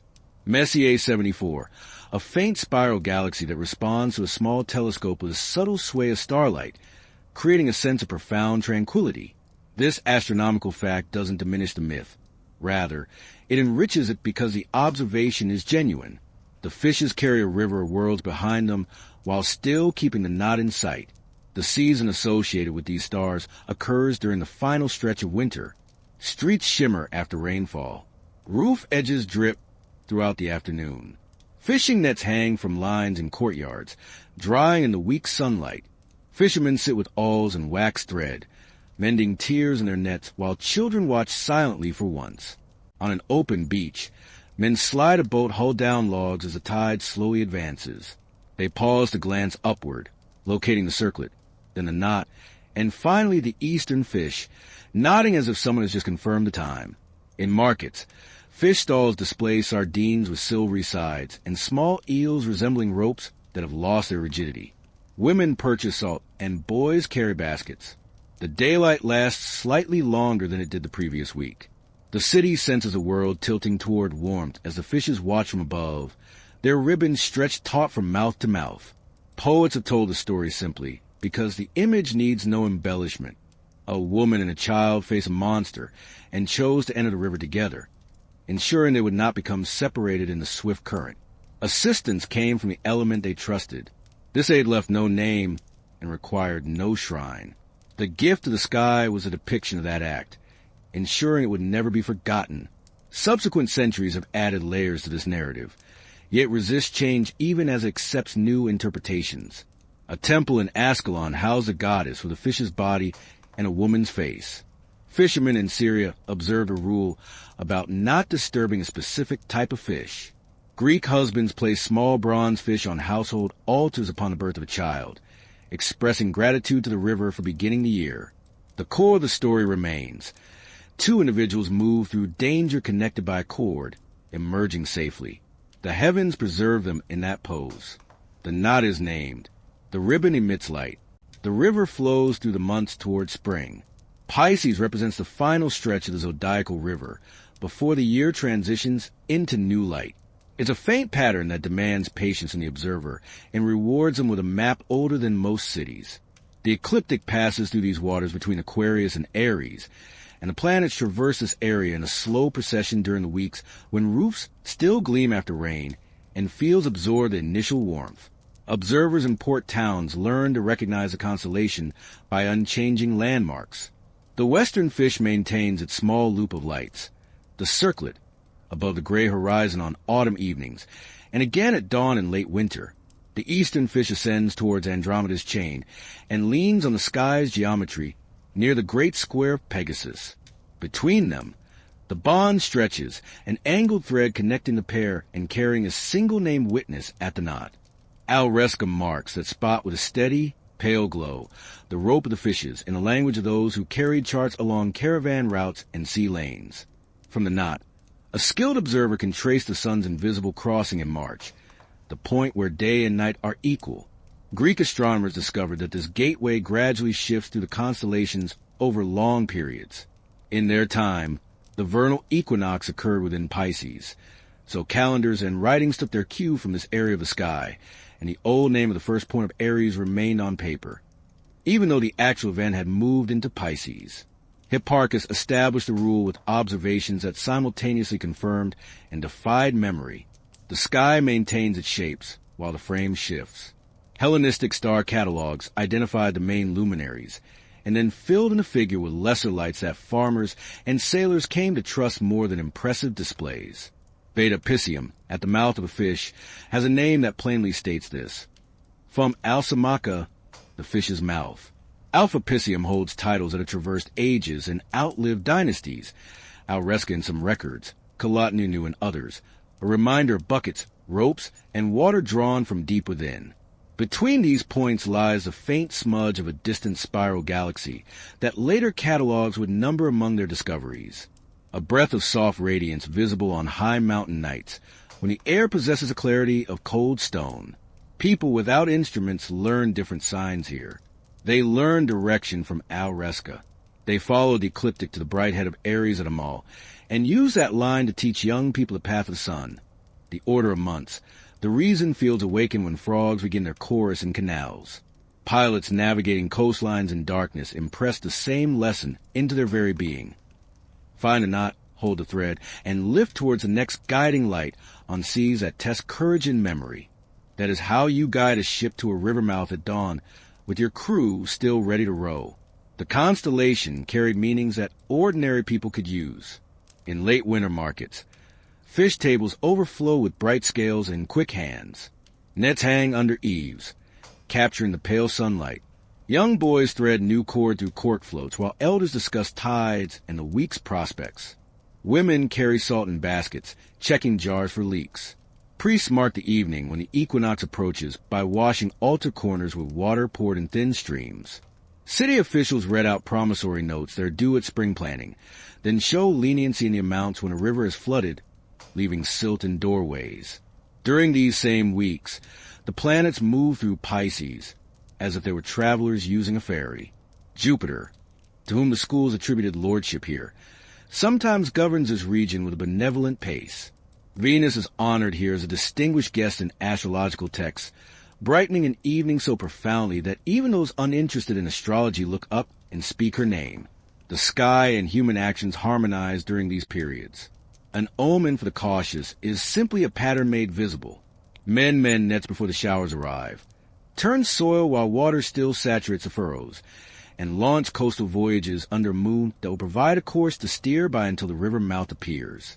Art preserved a pair of fish and a cord connecting them, wherever people needed a reminder that connections carry individuals through turbulent waters.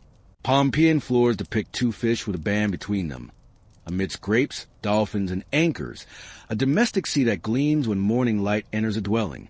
Lamps cast the same outline in warm clay over the openings of oil containers, sending into rooms where winter gatherings last longer than perhaps they should. In late antique synagogues and churches, a complete wheel of zodiac signs encircles a central figure, with Pisces positioned correctly, the ribbon accurately drawn, a fusion of ancient stargazing and newer faith that speaks more about seasons than about conflicts.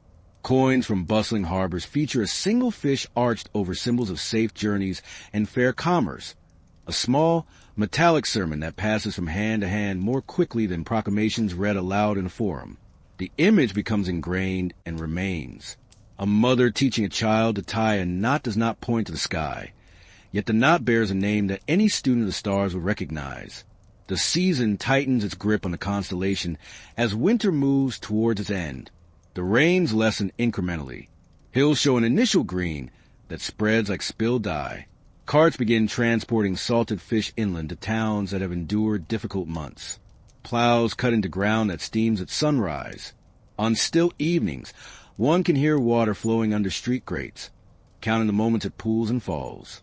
Above that sound, the fishes maintain their positions. The western loop hangs over a horizon with a pewter-like hue. The eastern head reaches towards a chain of Andromeda, where the great stories of rescue and return unfold as spring deepens between the two figures. The line remains drawn. Alresca marks the knot. That single point embodies a lesson that farmers, pilots, and magistrates have all applied in years that demanded resilience, bind the lives that must not be separated, keep the thread visible, move with the current when the bank collapses, and climb out together when the curve allows it. When the sun finally crosses the vernal equinox and day surpasses night, the two fishes drift slightly lower each evening, yielding the sky to Aries, who has been waiting beyond the line. The river continues to flow beneath the story. The cord still holds.